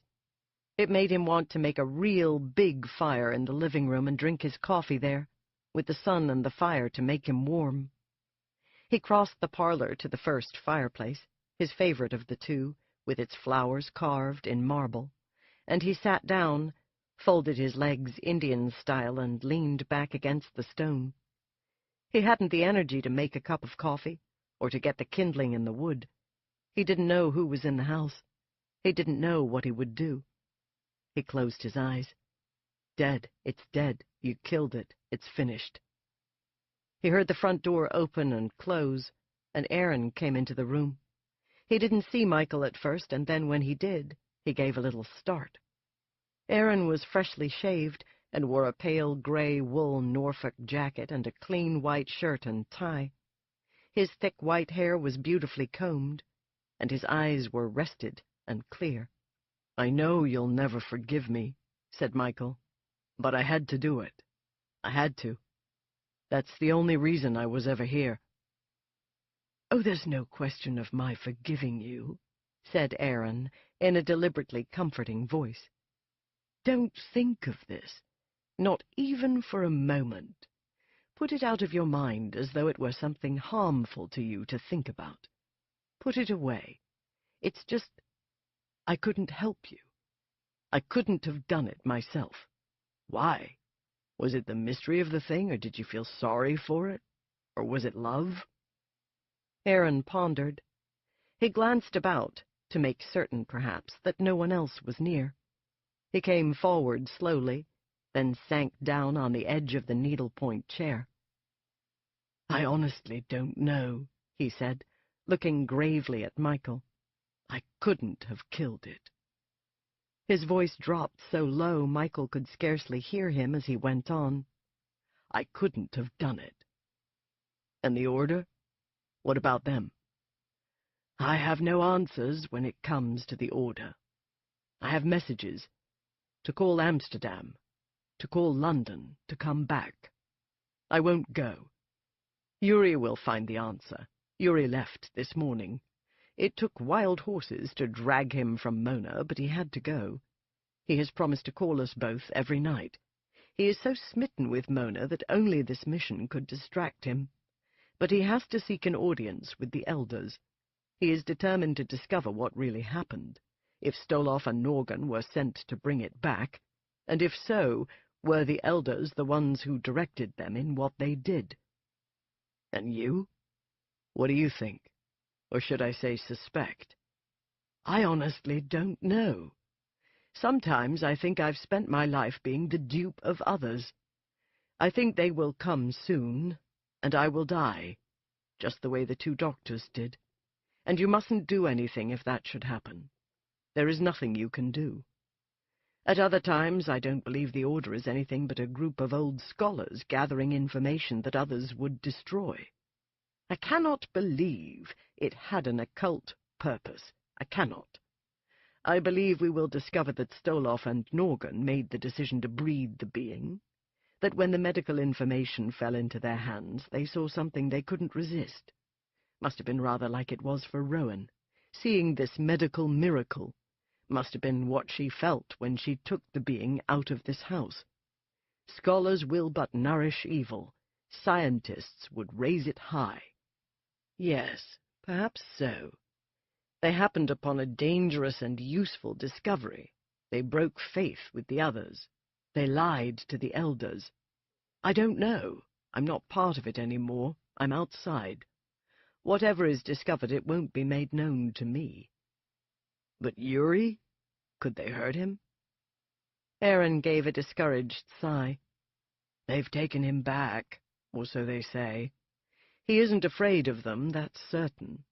He has gone back to London to face them. I think he thinks he can care for himself. Michael thought of Yuri, of their brief acquaintance, not in terms of one picture, but many, and an overall impression of innocence and shrewdness and strength. I'm not so worried, said Aaron, mainly because of Mona. He wants to come back to Mona. Therefore he'll be more careful, for her sake. Michael smiled and nodded. Makes sense. I hope he finds the answer. It's his obsession now, the order, the mystery of the elders, the purpose. But then maybe Mona will save him, as Beatrice saved me. Strange, isn't it? The power of this family, the power that they possess that has nothing whatsoever to do with him. And Stoloff and Norgan? Will someone come looking for them? No. Put that out of your mind, too. Yuri will take care of it. There is no evidence here of either man. No one will come looking, asking. You'll see. You seem very resigned, but you're not happy, said Michael. Well, I think it's a bit early to be happy, said Aaron softly. But I'm a damned sight happier than I was before. He thought for a moment. I am not ready to sweep away all the beliefs of a lifetime because two men did evil things. Lasher told you, said Michael. He told you it was the purpose of the Order. Ah, he did. But that was long, long ago. That was in another time when men believed in things that they do not believe in now. Yes, I suppose it was. Aaron sighed and gave a graceful shrug. Yuri will find out. Yuri will come back. But you're not really afraid they'll hurt you. If they are the bad guys, I mean. No, said Aaron. I don't think they will bother. I do know them, somewhat, after all these years. Michael made no answer. And I know I am no longer a part of them, Aaron continued, in any conceivable way. I know that this is my home. I know I am married, and I will stay with Bee, and this is my family. And perhaps... As for the rest of it, the Talamasca, its secrets, its purposes, perhaps I don't care. Perhaps I stopped caring on Christmas when Rowan lost the first round of her battle. Perhaps I ceased to care altogether and for certain when I saw Rowan on the stretcher, and her face blank, her mind gone. I don't care. And when I don't care about something, in an odd way, I can be as determined about it as about anything else.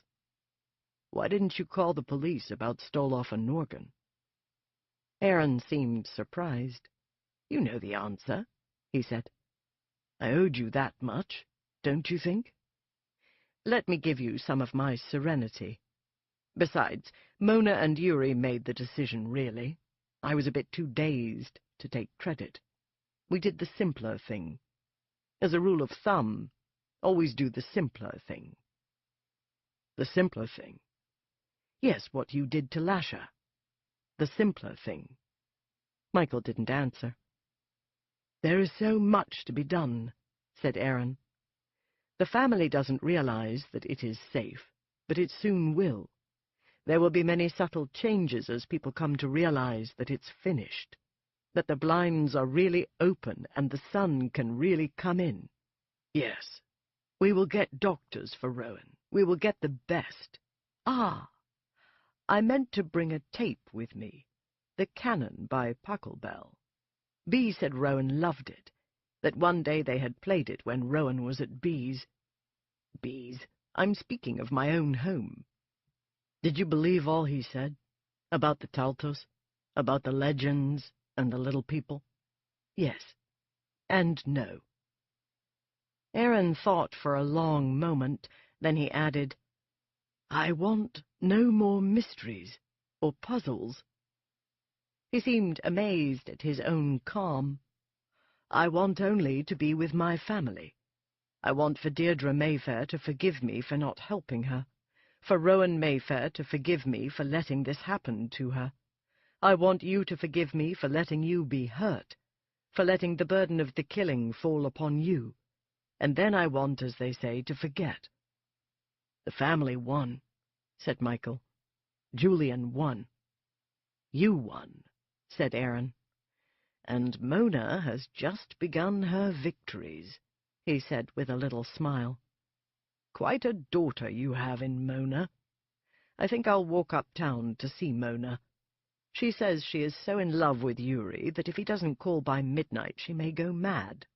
Mad as Ophelia went mad. I have to see Vivian and visit with ancient Evelyn. Would you like to come? It's a beautiful walk up the avenue, just the right length, about 10 blocks. Not now. A little later, perhaps. You go on. There was a pause. They want you up at Amelia Street, said Aaron. Mona is hoping you will guide the restorations. The place hasn't been tampered with in many a year. It's beautiful. I've seen it. It needs you. Sounds like something I can handle. You go on. The rain came again the next morning. Michael was sitting under the oak outside, near the freshly turned earth, merely looking at it, looking at the torn-up grass. Ryan came out to talk to him, staying carefully to the path, not to get mud on his shoes.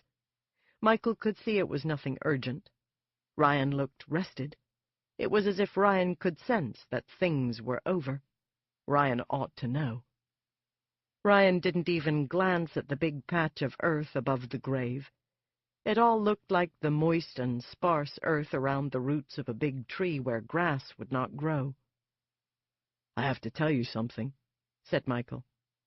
He saw Ryan stop, a sudden revelation of weariness and fear, then catch up with himself and very slowly nod. "There's no danger any more," Michael said. "From anyone now.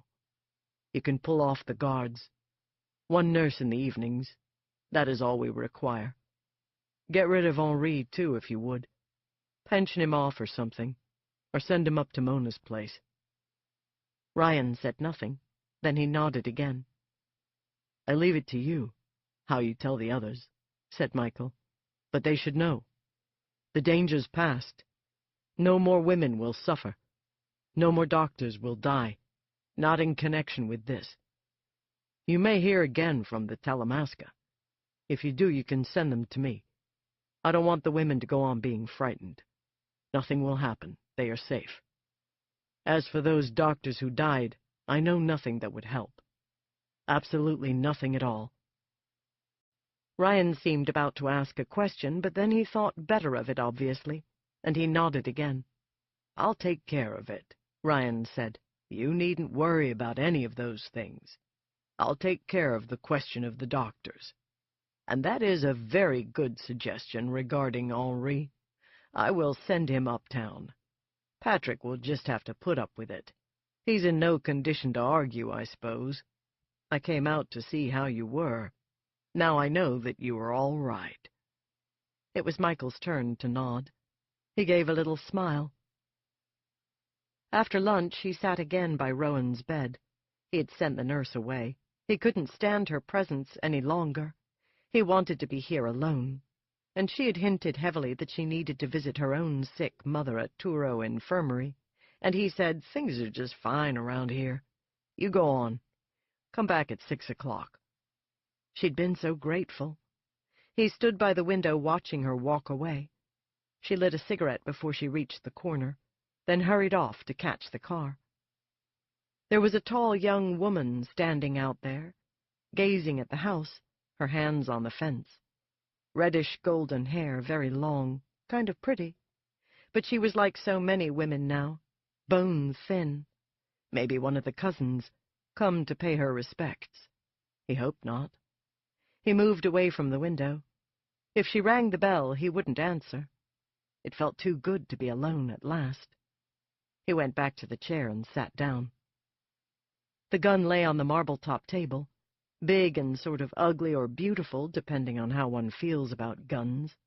They were no enemy to him, but he didn't like it there, because he had a vision of taking it and shooting himself with it. And then he stared at Rowan and thought, "No, not as long as you need me, honey, I won't. Not before something happens." He stopped. He wondered if she could sense anything at all. The doctor had said this morning she was stronger, but the vegetative state was unchanged. They had given her the lipids, they had worked her arms and legs, they had put the lipstick on her, yes, look at it, very pink, and they had brushed her hair. And then there's Mona, he thought. Yuri or no Yuri, she needs me too. Oh, it's not really that she does, he said aloud to the silence. It's that anything more would hurt her. It would hurt them all. I have to be here on St. Patrick's Day, don't I? To greet them at the door, to shake their hands. I am the keeper of the house until such time as...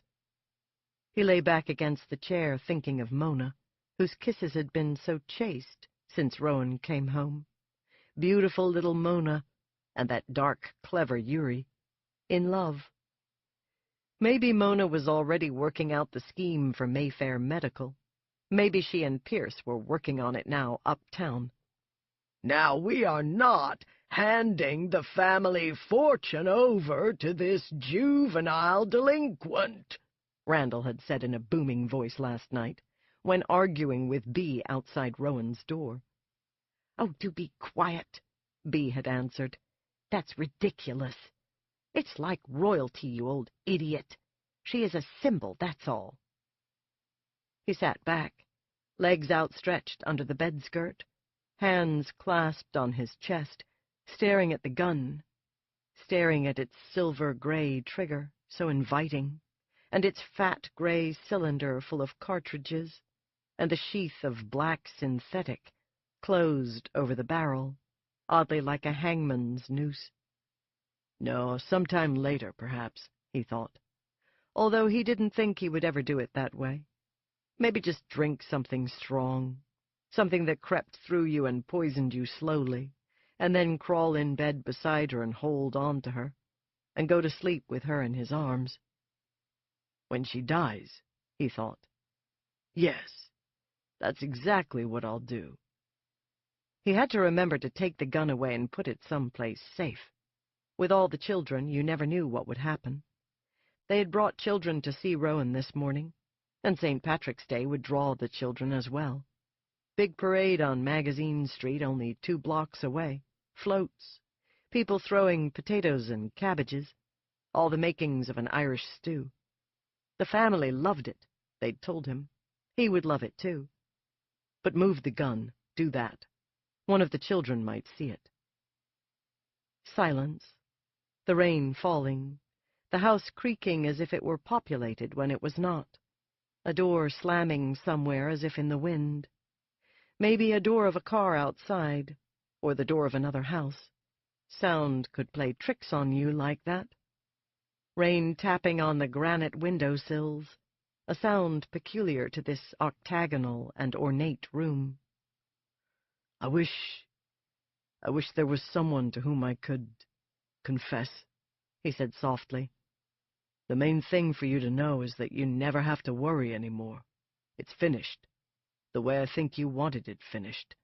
I just wish there was some kind of final absolution. It's strange. It was so bad when I failed at Christmas, and now somehow it's harder that I've won. There are some battles you don't want to fight, and winning costs too much.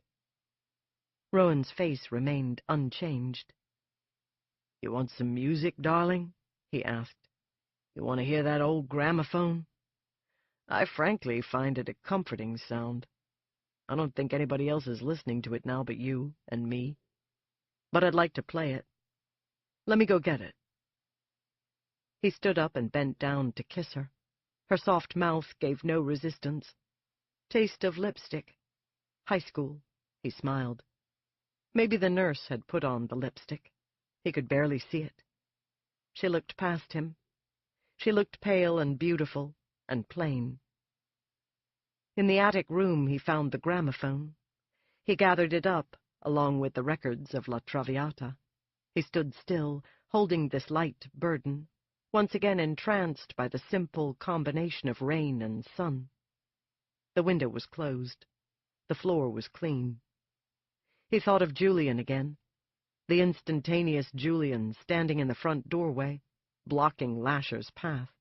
And I haven't even thought of you since that moment, he said. I guess I hope and pray you've gone on. The moments ticked by. He wondered if he could ever use this room again. He stared at the window, at the edge of the porch roof. He remembered that flashing glimmer of Antha gesturing for Lasher to come. Make the dead come back to witness, he whispered. That you did.